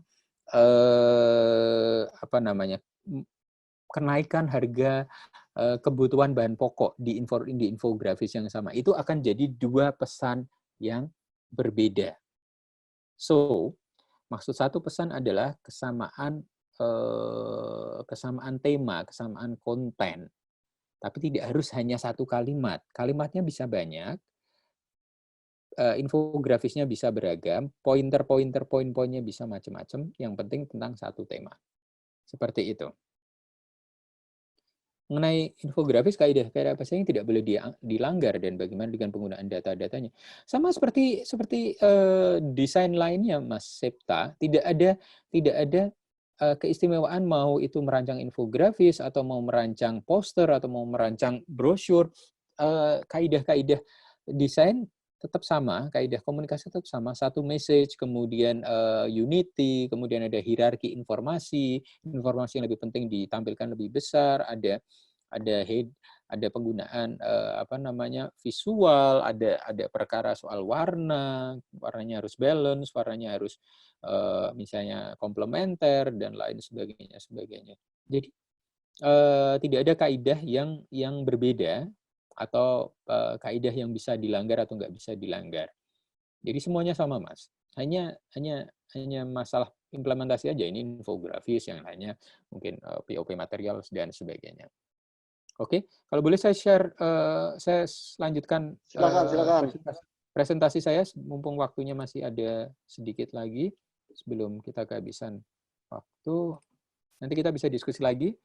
Itu sudah tips yang pertama. Sekarang saya masuk ke tips berikutnya.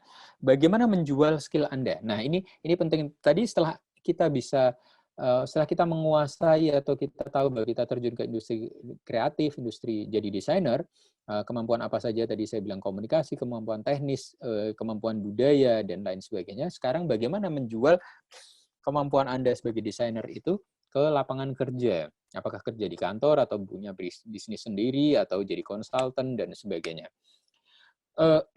Untuk bisa jadi seorang desainer yang quote-unquote berhasil, Anda ada 4 poin yang saya sudah summary di sini. Pertama, Anda harus punya skills yang extraordinary. Tidak harus extraordinary di sini itu yang saya maksudkan tidak harus genius lah ya. Anda tidak harus jadi seorang seperti misalnya Banksy atau atau Lowy yang punya atau Leo Burnett seperti itu. Enggak. Anda yang saya maksud adalah skills Anda itu harus di atas rata-rata. Anggap Anda seorang desainer, ya penggunaan software desain Anda itu harus lebih baik daripada cuman sekedar pengguna awam. Anda hanya orang yang punya Photoshop di komputer. Anda harus lebih skillful daripada itu. Caranya gimana ya? Anda harus banyak-banyak belajar teknik desain yang dikuasai oleh orang lain. Cari referensi, lihat di YouTube, lihat di situs-situs portfolio desain, belajar dari sana. Biasanya para desainer suka men-share teknik-tekniknya. Seperti tadi misalnya saya men-share teknik-teknik saya menggunakan Photoshop dan Illustrator di YouTube. Anda bisa belajar itu untuk meningkatkan skill teknis Anda. Selain skill teknis, Anda juga harus paham tentang konsep. Tadi saya sudah jelaskan konsep, misalnya konsep komunikasi, konsep-konsep budaya, konsep ilmu-ilmu yang lain. Tidak harus terbatas di belajar soal desain. Itu akan memperkaya knowledge Anda dan akan menjadikan Anda lebih extraordinary dibandingkan orang lain atau desainer lain yang hanya berkutat dengan desain saja. Kemudian, yang kedua, Anda harus punya style yang unik. Gini maksud saya, desainer itu jumlahnya ribuan di luar sana, ratusan ribu, bahkan mungkin jutaan kalau kita bicara dalam level dunia, level global. Sebagaimana profesi lain. Anda suka musik kan? Anda suka musik, siapa penyanyi favorit Anda? Atau siapa band favorit Anda? Anggap saja misalnya anak-anak Jogja, Mas Abdullah itu suka Sheila on Seven itu, karena cah Jogja. Nah, apa yang menjadikan Sheila on Seven beda dengan band lain? Karena mereka punya uniqueness, mereka punya style yang berbeda, mereka punya specialties, lagu mereka cenderungnya seperti ini, musik mereka punya genre seperti ini, dan sebagainya. Para penggemar SID, Superman is Dead, mungkin tidak suka dengan stylenya Sheila on Seven, atau mereka mungkin antipati dengan stylenya Wali Band, atau para penggemar siapa? Nila Karisma misalnya mungkin tidak akan suka dengan gaya nyanyinya Isyana Saraswati and so on. Tapi mereka semua para penyanyi ini punya uniqueness sendiri, punya style sendiri yang itu menjadikan mereka istimewa dan membuat mereka laku quote unquote di pasar audiens pendengarnya sendiri-sendiri. Begitu juga dengan desainer. Saya pribadi, saya lebih suka dengan style design, atau saya punya specialty style design saya line art. Line art itu artinya desain saya tunjukkan saja, misalnya, desain saya lebih banyak berupa desain semacam ini, misalnya. Saya tunjukkan, mana ya, share. Stop share, saya share screen saya ini misalnya contoh.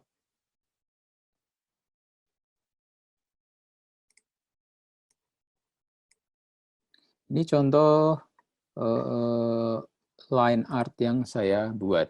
Ini adalah style design yang saya kuasai, yang saya suka gunakan. Gambar ilustrasi vektor macam ini. Apakah terlihat? Semacam seperti ini.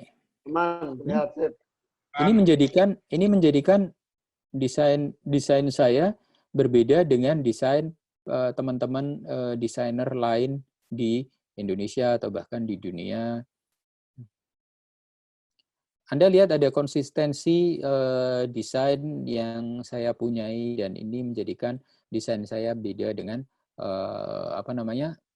desainer lain. Ada desainer yang sukanya misalnya style techno, style retro, dan lain sebagainya. Temukan style Anda, eksplorasi, coba berbagai macam style, temukan style Anda yang paling Anda suka, yang paling Anda kuasai, yang paling Anda nyaman, dan itu jadikan itu sebagai unique style Anda, dan jual itu. Jangan jadi desainer yang mediocre. Mediocre itu artinya biasa-biasa saja. Tidak ada orang yang berhasil ketika dia biasa-biasa saja. Go extra miles. Coba menjadi seorang yang beda. Beda itu bagus kok.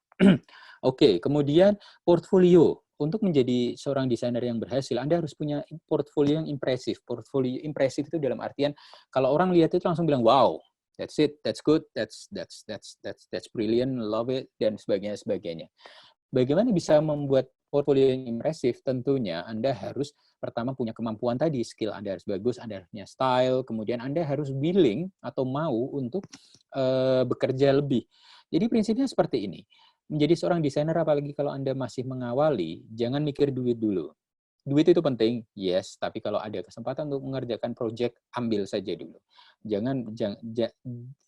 Don't be too stingy, jangan terlalu pelit dan minta uang banyak di depan ketika Anda belum membuktikan hasil kerja Anda. So, aim for project, kalau saya bilang, cari project aja dulu, bahkan kalau itu project gratisan, bahkan kalau itu project sosial, bahkan kalau itu cuma sekedar dibayar makan siang dan sebagainya. Kalau Anda masih muda, Anda masih mengawali karir di industri ini, belum punya tanggungan banyak, belum punya anak istri yang harus, atau suami dan anak yang harus ditanggung, go for it. Nggak apa-apa. Lembur bermalam-malam untuk bisa mendapatkan desain yang bagus, it's okay.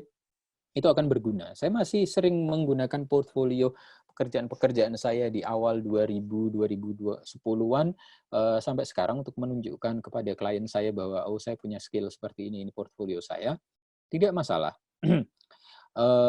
Lakukan yang terbaik, itu penting. Go extra miles dalam artian gini, kalau Anda diminta untuk merancang desain web atau desain apalah, kebiasaan kita adalah kita merancang desain cuma satu alternatif, satu desain saja, ya. Karena kita berpikir bahwa ini yang paling bagus, ini sudah oke, ini menurut saya sudah cocok dengan brief dari klien. Berhenti di sana. Tidak ada yang namanya dalam desain itu hampir bisa dipastikan tidak mungkin klien itu approve atau setuju dengan desain sekali saja. Pasti ada revisi. So, instead of seperti itu, go extra miles dengan membuat alternatif desain lebih dari satu. Saya selalu, kalau dalam merancang desain untuk klien, saya minimal itu merancang 2 atau 3 alternatif. Untuk desain yang sama. Alternatifnya saya bikin 2 atau 3 dengan style yang berbeda, atau dengan tampilan yang berbeda, dengan layout yang berbeda. Demi apa? Demi menunjukkan kepada klien bahwa ada alternatif pendekatan untuk sebuah proyek yang sama, sehingga dia punya bayangan lain. Jangan paksa klien itu untuk mengikuti kemauan kita, karena at the end of the day dia yang bayar gitu ya. Terus yang kedua, itu juga bagus untuk menunjukkan kepada klien bahwa kita atau saya punya kemampuan lebih dibandingkan cuman, bayangkan Anda cuma menyodorkan satu jenis desain, orang klien Anda atau bos Anda akan lihat, oh kamu cuma bisanya seperti ini ya. Meskipun sebenarnya enggak. Meskipun misalnya Anda bisa macam-macam, karena Anda hanya mau ngirit, Anda males, atau Anda berpikir bahwa nggak terlalu serius, duitnya cuma sedikit, ngapain gue mesti bekerja lebih keras. Pikiran seperti itu yang yang menghambat diri Anda sendiri berkembang. Bikin lebih dari yang di-expect oleh klien. Itu akan membuat Anda lebih punya nilai. Kemudian yang penting adalah fleksibel, be fleksibel. Khususnya ini kalau Anda misalnya apply pekerjaan ya. Gini, mungkin ketika apply pekerjaan, kayak kasusnya tadi Mbak siapa tadi, Anissa atau Mbak siapa tadi, apply pekerjaan, Anda punya ekspektasi bahwa gaji saya sebagai desainer ya, kalau di Jakarta mungkin misalnya minimal ya 20 juta lah, gitu kan. Terus Anda apply, Anda proses dan sebagainya, Anda ditanya HRD, terus minta gaji berapa Mas? Anda bilang, saya minta 20 juta, kemudian desainernya, HRD-nya bilang, oh budget kita cuma 15 juta atau 10 juta. Kalau Anda tidak fleksibel, Anda akan langsung nolak itu dan putar balik dan pulang. Dan Anda akan kehilangan kesempatan untuk mungkin saat itu Anda bisa dapatnya cuma 15 juta, tapi Anda dapat opportunity environment yang bagus, Anda bisa bikin portfolio yang bagus, terlibat dalam proyek yang bagus, ke depannya setahun ke depan, Anda mungkin dapat promosi, atau Anda move ke perusahaan lain yang punya tawaran gaji lebih bagus. So, terms of negosiasi terhadap uang, Anda dapat project, misalnya ada tawaran project, oh buatin gue logo dong, ini budget gue cuma misalnya 1 juta nih, sementara Anda biasa bikin logo dengan harga misalnya 5 juta, 10 juta, tapi Anda lihat bahwa kesempatan, mungkin Anda sekarang dapat 10 juta, tapi Anda dapat channel baru, atau mungkin Anda bisa negosiasi lah. Di dunia ini tidak ada yang tidak bisa dinegosiasi. Misalnya punya budget, punya estimasi 5 juta, klien Anda cuma punya duit 1 juta, Anda bisa negosiasi, kok ke dia saya biasa ngerjain 5 juta, gimana kalau dari 1 juta itu dinaikin menjadi 2,5, 3 juta, cari jalan tengah. Selalu temukan common ground dan fleksibel. Berikutnya adalah creativity, reliability, dan persistence. Ini tadi sempat Mas Abdullah singgung juga. Menjadi seorang desainer untuk bisa menjual, untuk bisa dapat pekerjaan atau dapat klien, Anda harus kreatif. Itu pasti. Desainer itu harus kreatif. Kalau tidak kreatif, Anda pulang saja lah, nggak usah jadi desainer. Kreatif di sini itu apa? Kreatif di sini itu bukan berarti Anda harus gila-gilaan dalam mengeksplorasi ide atau melakukan hal-hal yang quote unquote gila gitu loh. Tapi kreatif di sini adalah Anda harus bisa Anda harus bisa berpikir out of the box, berpikir yang orang lain itu tidak bisa melihat. Anda bisa memberikan solusi yang orang lain tidak bisa melihat. Artinya apa? Artinya Anda harus punya kemampuan untuk menyerap informasi, kemampuan untuk mengolah semua informasi itu, menggunakan referensi yang tadi Anda sudah pelajari dari bidang desain atau bidang lain, makanya saya selalu menyarankan belajar bidang lain, belajar seni, belajar budaya, belajar komunikasi, belajar sastra, belajar sejarah, sosiologi, dan apapun, menggunakan semua knowledge itu untuk memproses informasi yang Anda dapat dari klien atau dari kasus desain yang sedang Anda tangani, dan comes up dengan solusi yang lebih positif yang berguna. Misalnya tadi si desainernya Vivo tadi, kemungkinan besar dia tidak paham budaya lokal sehingga dia tidak bisa comes up dengan solusi desain. Solusi desainnya secara visual bagus, tapi tidak cultural sensitive. Artinya dia tidak punya kemampuan untuk memaknai desain dia atau brief untuk desain itu di luar cuman sekedar kemampuan dia menganalisis secara visual. That's shame. Itu sedikit quote unquote memalukan. Sorry, bukan memalukan, menyedihkan. Kemudian reliable itu dalam artian gini loh. Ini jujur saya mau bilang ini satu problem dari insan kreatif atau desainer di Indonesia ya. Kurang reliable dalam artian misalnya Anda punya project desain, Anda ditanya ke klien pasti, ini bisa selesai kapan atau deadline-nya kapan? Misalnya dibilang seminggu depan, ya. Ketika Anda sudah menyepakati sebuah pekerjaan bahwa seminggu ke depan harus selesaikan. Apapun yang terjadi, selesaikan. Jadilah orang yang bisa dipercaya, jadilah orang yang reliable. Klien tidak peduli bahwa Anda sedang misalnya sakit panas atau Anda traveling, Anda punya janji apa atau apa. Kalau Anda sudah bilang, saya selesaikan ini minggu depan, saya akan selesaikan. Ya, jadi orang yang reliable. Ketika Anda reliable, meskipun hasilnya mungkin tidak maksimal ketika minggu depan itu Anda deliver, paling nggak Anda deliver. Ketika Anda deliver, Anda dipercaya. Ketika Anda dipercaya, ya, ke depan akan ada pekerjaan-pekerjaan sejenis yang akan datang. Bayangkan Anda bekerja dengan orang yang ngaku bilang bahwa bisa selesai 1 hari, tapi ternyata molor sampai seminggu, perasaan Anda seperti apa? Bayangkan itu ke klien yang dia bayar Anda. Ya, bisa saja Anda diblokir atau di blacklist. Dia tidak akan dapat pekerjaan lagi. So, be reliable. Yang ketiga, persistence. Persistence itu seperti ini. Jangan gampang menyerah. Dalam pekerjaan, apalagi sebagai desainer, satu hal yang pasti terjadi itu adalah revisi. Ya, jangan pernah berharap, ya, berdasarkan pengalaman saya, 1 dari 100 pekerjaan itu bisa saya selesaikan di kali pertama. Jadi ketika ada brief, datang, saya kerjakan, selesai langsung di-approve. Itu 1 di antara 100. Yang lainnya, 99 lainnya, itu ada revisi. Revisi sekali, revisi 2 kali, revisi 3 kali. Kadang ada pekerjaan yang revisinya 4-5 kali. Which is okay. Karena itu konsekuensi dari pekerjaan kita. Selama pastinya Anda bikin deal dengan klien Anda bahwa, oh ini cuma bisa revisi 2 kali ya, 3 kali ya. Make a deal di awal. Ya, berapa banyak revisi yang Anda bisa layani. Jangan biarkan itu dragging hidup Anda sampai tanpa batas. Tapi di saat bersamaan jangan hanya berpikir bahwa Anda bisa menyelesaikan satu pekerjaan langsung sekali jadi. Ya. Dan itu membutuhkan kualitas yang namanya persistence. Kualitas namanya rasa tidak gampang menyerah. Anda mungkin jengkel, Anda mungkin capek, Anda mungkin malas, Anda mungkin apa, tapi karena itu konsekuensi dari pekerjaan yang Anda sendiri sudah setuju untuk melakukan, artinya ada konsen dari Anda dan Anda dibayar, lakukan. Itu bagian dari komitmen. Namanya persistensi. Oke, slide yang terakhir, ini sangat penting. Oke, kita seorang desainer, yes, kita bekerja secara profesional itu harus, tapi sebagai desainer Anda juga manusia. Anda harus happy, Anda harus menjaga state of mind Anda. Jangan sampai jadi gila gara-gara dragging di dunia desain yang tanpa batas seperti ini ya.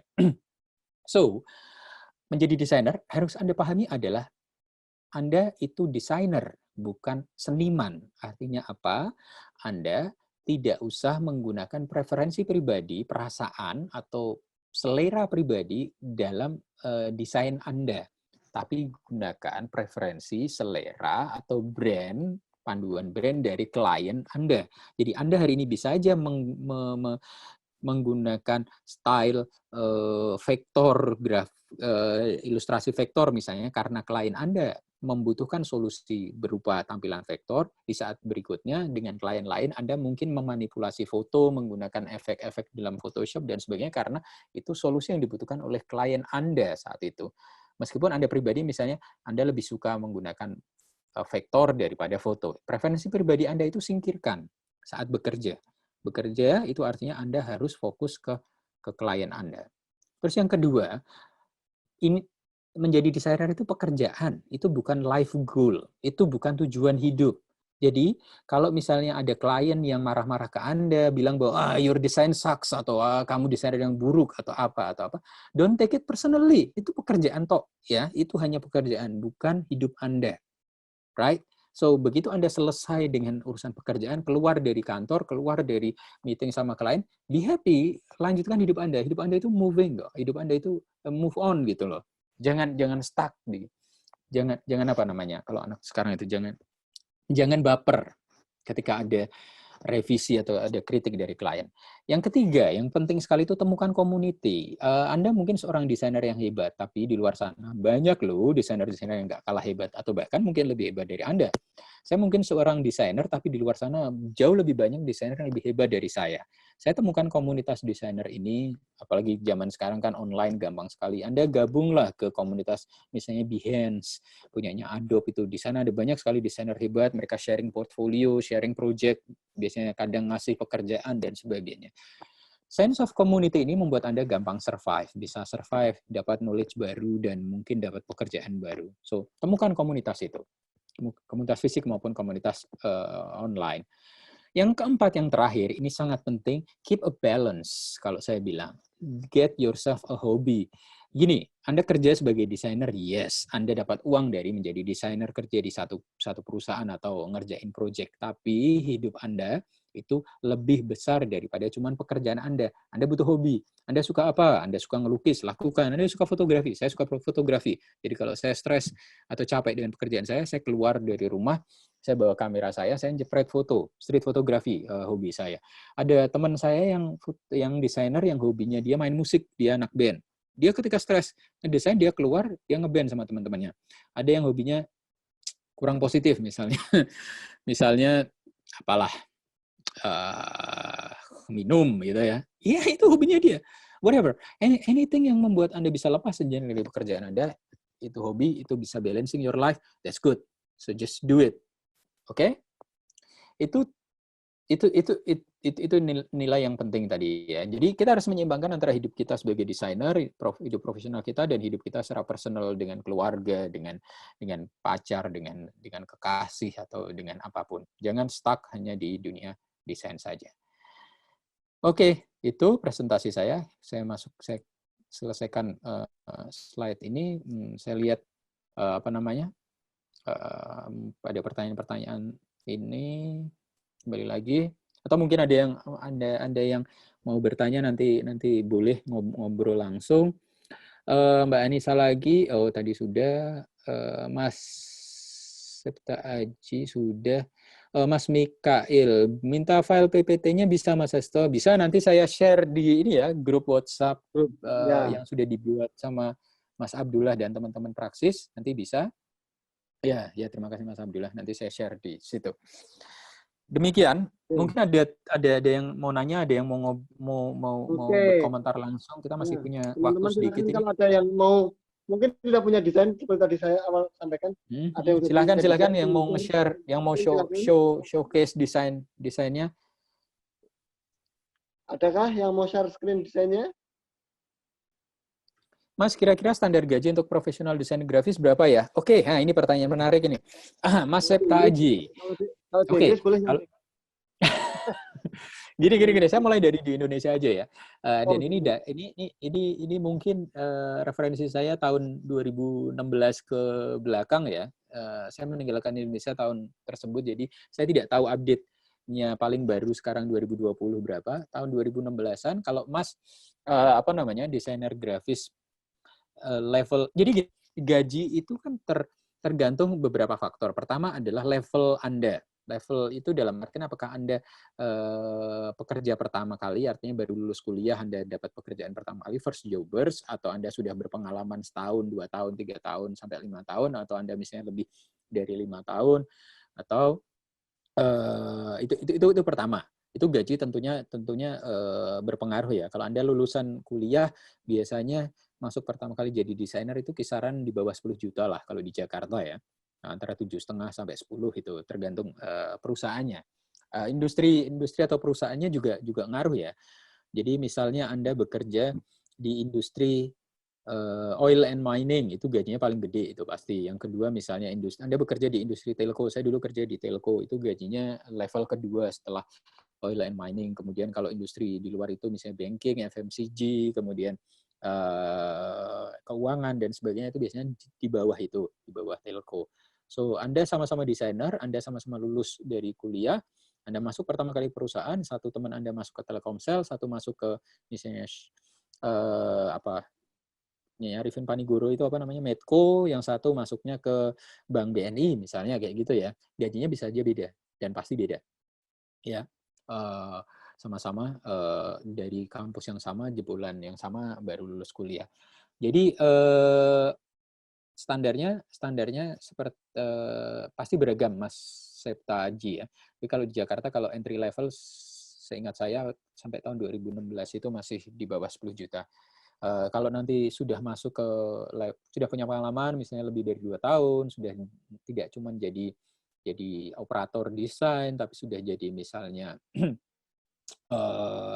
supervisor atau bahkan manajer, itu pasti akan naik ke lebih tinggi lagi. Yang isu yang lebih penting menurut saya adalah gini. Selain apakah menjadi desainer adalah pilihan dari industri yang kita terjuni. Menjadi desainer, Anda punya opsi untuk kerja di dua jenis kantor, Mas. Yang pertama adalah Anda kerja di kantor agency biasanya, atau perusahaan-perusahaan yang memang dia perusahaan desain, apakah communication agency atau desain perusahaan web development atau sebagainya. Artinya Anda di vendor side, di sisi vendor penyedia layanan, atau Anda di sisi klien. Saya pernah kerja di dua tipe ini. Enaknya kerja di sisi vendor adalah pekerjaan Anda itu bisa beragam. Hari ini Anda dapat klien dari perusahaan telco, besok klien Anda mengurusi perusahaan banking, berikutnya bisa aja perusahaan IT, dan seterusnya. Artinya challenge dan pengalaman Anda akan sangat luas, portfolio yang bisa Anda kumpulkan sangat banyak, dan fleksibilitas untuk berkenalan dan bertemu dengan orang yang beragam itu sangat besar dibandingkan kalau Anda misalnya kerja di perusahaan di sisi klien di satu perusahaan. Tapi minus poinnya kerja di vendor adalah biasanya gajinya lebih kecil daripada kalau Anda kerja di klien. Saya misalnya dulu kerja di vendor, gaji saya untuk pekerjaan yang sama lebih sedikit dibandingkan ketika saya pindah ke klien saya. Dan load pekerjaannya biasanya lebih besar ketika Anda kerja di vendor. Anda jadi penyedia layanan, karena pastinya klien Anda akan ngasih Anda brief, revisi perusahaan Anda, atau Anda harus mengerjakan itu. Sementara klien Anda cukup mereview. Jadi bayangkan kalau Anda kerja jadi pemberi pekerjaan di perusahaan, ya, Anda sewa desainer atau Anda sewa agensi, Anda tinggal kasih brief aja, kerjain ya, minggu depan ketemu, ini kita revisi dan sebagainya. Dibandingkan kalau Anda jadi vendornya, yang Anda seminggu itu harus mengerjakan. So, it depends on you. Depends on Anda pengennya model pekerjaan seperti apa. Kalau yang Anda kejar adalah duit, kenyamanan, jadilah kerja di bagian klien, tapi Anda masih muda, masih berusaha mengumpulkan portfolio, masih ingin have fun, eksplorasi, ya kerjalah di sisi klien. Di sisi vendor. Yes. Mas Anto, itu ada dari Mbak Anissa mau share desain Mas Oh iya, Anto. silakan Mbak Anissa. Monggo. Silakan. Silakan Mbak Anissa. Share screen.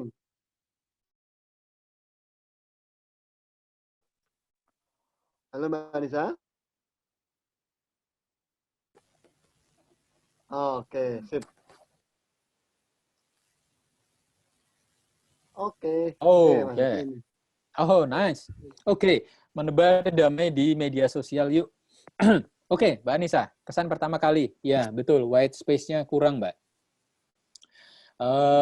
Mbak perhatikan, pertama gini. Pertama kalau dari segi tampilan, konsistensinya sudah ada, bahwa ada Mbak pakai 2-3 skema warna ya, biru, kuning, sama putih, itu sudah jelas bahwa Mbak sudah mencoba menerapkan skema warna. Itu bagus. Kemudian konsistensi dari segi tampilan elemen infografisnya, elemen desainnya mirip, stylenya, artinya gambar icon perempuan berjilbab, kemudian tangan, kemudian icon handphone dan sebagainya. Ini mirip satu sama lain. Kemudian penggunaan fontnya juga konsisten. Tapi kalau dari sisi white space, ya bahwa Mbak menghabiskan space terlalu banyak untuk konten. Satu, Mbak tidak terlalu memberikan ruang untuk bernafas, quote unquote, bagi audiens Anda untuk melihat. Karena penting sekali Mbak untuk ada space bernafas dari satu elemen ke elemen lain. Kalau boleh saya sarankan, pertama Mbak, pertimbangkan tentang yang namanya hierarki informasi tadi yang saya sudah sebut. Hierarki informasi artinya apa? Informasi yang paling penting, paling signifikan itu harus paling menonjol. Which is itu adalah menebar damai di media sosial, di judul paling atas. Kalau Mbak lihat, di penggunaan penulisan menebar damai di media sosial ini sedikit kurang, visually kurang menarik ya, karena huruf M, huruf-huruf di depan masing-masing kata itu keseimbang gini loh. Kalau menulis kata itu kan huruf pertama huruf besar itu sudah oke, tapi huruf-huruf berikutnya itu tidak rata atas. Ini baru pertama kali loh saya lihat ada model desain seperti ini, teks di mana kata-katanya rata atas seperti itu sangat mengganggu gitu loh. Kalau saya pribadi menganalisisnya, ini sangat mengganggu. Jadi sebaiknya dibuat tulisan yang biasa saja, menebarnya itu ENEBAR-nya itu rata bawah sama tulisan M, Mbak. Kemudian perhatikan jarak spasi antara baris yang atas menebar damai di dan media sosial yuk. Itu jaraknya itu kan terlalu jauh kan? Itu namanya leading. Mbak bisa kurangi lagi sehingga pertama penggunaan space-nya itu efisien, yang kedua space sisanya bisa digunakan sebagai latar belakang. Itu satu. Aplikasikan untuk itu tadi yang namanya hierarki informasi ya. Jadi menebar damai itu yang paling penting, paling besar. Kemudian yang ukuran font yang lain itu dibuat lebih kecil daripada font yang menebar damai, sehingga orang tahu bahwa oh ini heading, ini subheading, ini subheading dan seterusnya. Ya. Terus yang kedua, icon-icon yang Mbak gunakan, icon sosial media itu Facebook, Snapchat, YouTube, dan sebagainya itu, pertama ukurannya tidak sama Mbak, itu menunjukkan inkonsistensi. Jadi kalau Anda menggunakan icon atau kategori objek desain yang serupa, itu sosial media, pastikan ukuran sama, kemudian bentuknya juga sama Mbak, stylenya. Itu kan stylenya beda itu, antara ikonnya Facebook, ikonnya YouTube dan sebagainya.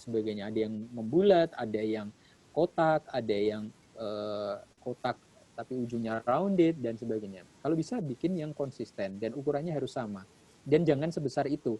Bayangkan ukuran dari icon-icon sosial media Mbak itu sebesar ukuran dari informasi teks utama menebar damai itu. Jadi ini mana yang lebih penting, informasi yang mana yang lebih penting, karena size, kalau kita bicara ukuran lebih besar itu secara visual dianggap lebih penting. Kalau dua objek dalam desain itu mempunyai ukuran yang setara, dia akan dianggap mempunyai nilai penting yang setara. Jadi apakah Mbak mau ngomong ke audiens Mbak lewat visualisasi infografis ini bahwa title menebar damai itu sama pentingnya dengan sosial media Mbak? Tentunya kan enggak toh. Jadi kalau sebuah informasi itu tidak punya signifikansi yang sama, ya jangan tampilkan dengan ukuran yang sama, tampilkan lebih kecil. Oke. Kemudian yang saya kalau boleh menyarankan background-nya yang latar belakang kuning ini sangat mengganggu nih. Honestly saying ya. Kalau ini merupakan bagian dari brand, oke lah, nggak apa-apa. Tapi kalau di pertemuan saya sebelumnya, saya selalu menyarankan bahwa untuk latar belakang, gunakan warna yang kita menyebutnya warna netral. Warna netral itu hitam, putih, atau abu-abu dan variannya. Karena apa? Karena background warna netral akan memberi kesempatan kepada audiens untuk fokus ke konten utama, yaitu konten title, konten paragraf di body text ini, dan lain sebagainya. So, kemudian tadi masalah kenapa white space-nya jadi kurang ya? Itu karena kalau boleh saya menyebut, layout yang Mbak coba bikin di tampilan ini agak clutter, agak kurang oke layout-nya ya, tata letak. Jadi gini, instead of membagi, Mbak kan logikanya adalah dengan menggunakan kotak-kotak yang membulat ini kan Mbak membagi informasi ke dalam kategorisasi konten sendiri-sendiri kan. Ada yang informasi tentang prosentase ini, kemudian informasi tentang data Kominfo yang 800.000, kemudian anjuran untuk bijak bermedia sosial, itu kan konten yang berbeda-beda. Tapi karena layout yang Mbak gunakan ini nggak konsisten, ukuran dari masing-masing konten itu jadi berbeda-beda antara yang sebelah kiri tentang prosentase itu dengan yuk bermedia sosial, kemudian antara yuk bermedia sosial dengan yang sebelah fun fact yang sebelah kiri bawah itu Anda lihat tidak rata, bagian bawahnya nggak rata, ya kan? Yang fun fact jauh lebih mepet ke bagian paling bawah, sementara yang yuk bijak bermedia sosial itu masih ada space. Jadi saran saya Mbak, kalau bicara tentang layout, bagaimana memaksimalkan tampilan atau memaksimalkan white space, coba Mbak cari referensi desain serupa. Misalnya Mbak merancang infografis, coba cari referensi contoh dari desain grafis, infografik serupa, dan ambil pembelajaran atau ambil layout-nya. Tidak ada yang salah dengan mengadopsi, bukan menjiplak ya, mengadopsi desain orang lain. Ya, jadi kalau Anda menemukan referensi yang bagus, gunakan layout-nya, tapi ubah kontennya, ubah isinya, ubah warnanya sesuai dengan desain Anda. Seperti itu, Mbak. Oke, Mbak Anissa. Oke, Mas Hasto. Ya. Siap, Mbak Anissa. Keren. Mas Hasto, karena ini waktunya sudah Ya. nih, ya teman-teman berbuka. Jadi sepertinya kita sudahi dulu. Oke. Kita lanjut nanti di grup, di chatting. Teman-teman silahkan nanti join, itu udah ada grup link grup chattingnya, link grup chatting. Grup WA, grup WA. Silahkan nanti kita bisa diskusi lebih intens di sana.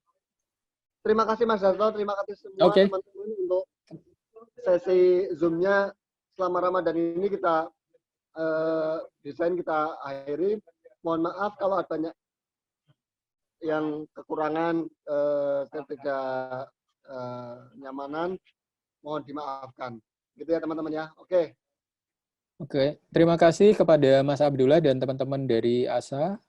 Terima kasih juga kepada yang sudah memfasilitasi acara kita 4 kali pertemuan ini. Terima kasih juga kepada teman-teman yang sudah gabung dari pertemuan pertama sampai pertemuan terakhir atau cuman ikut di pertemuan terakhir. Terima kasih sekali sudah mau mendengarkan paparan saya. Semoga bermanfaat, semoga ada yang bisa dipetik pembelajarannya dari situ.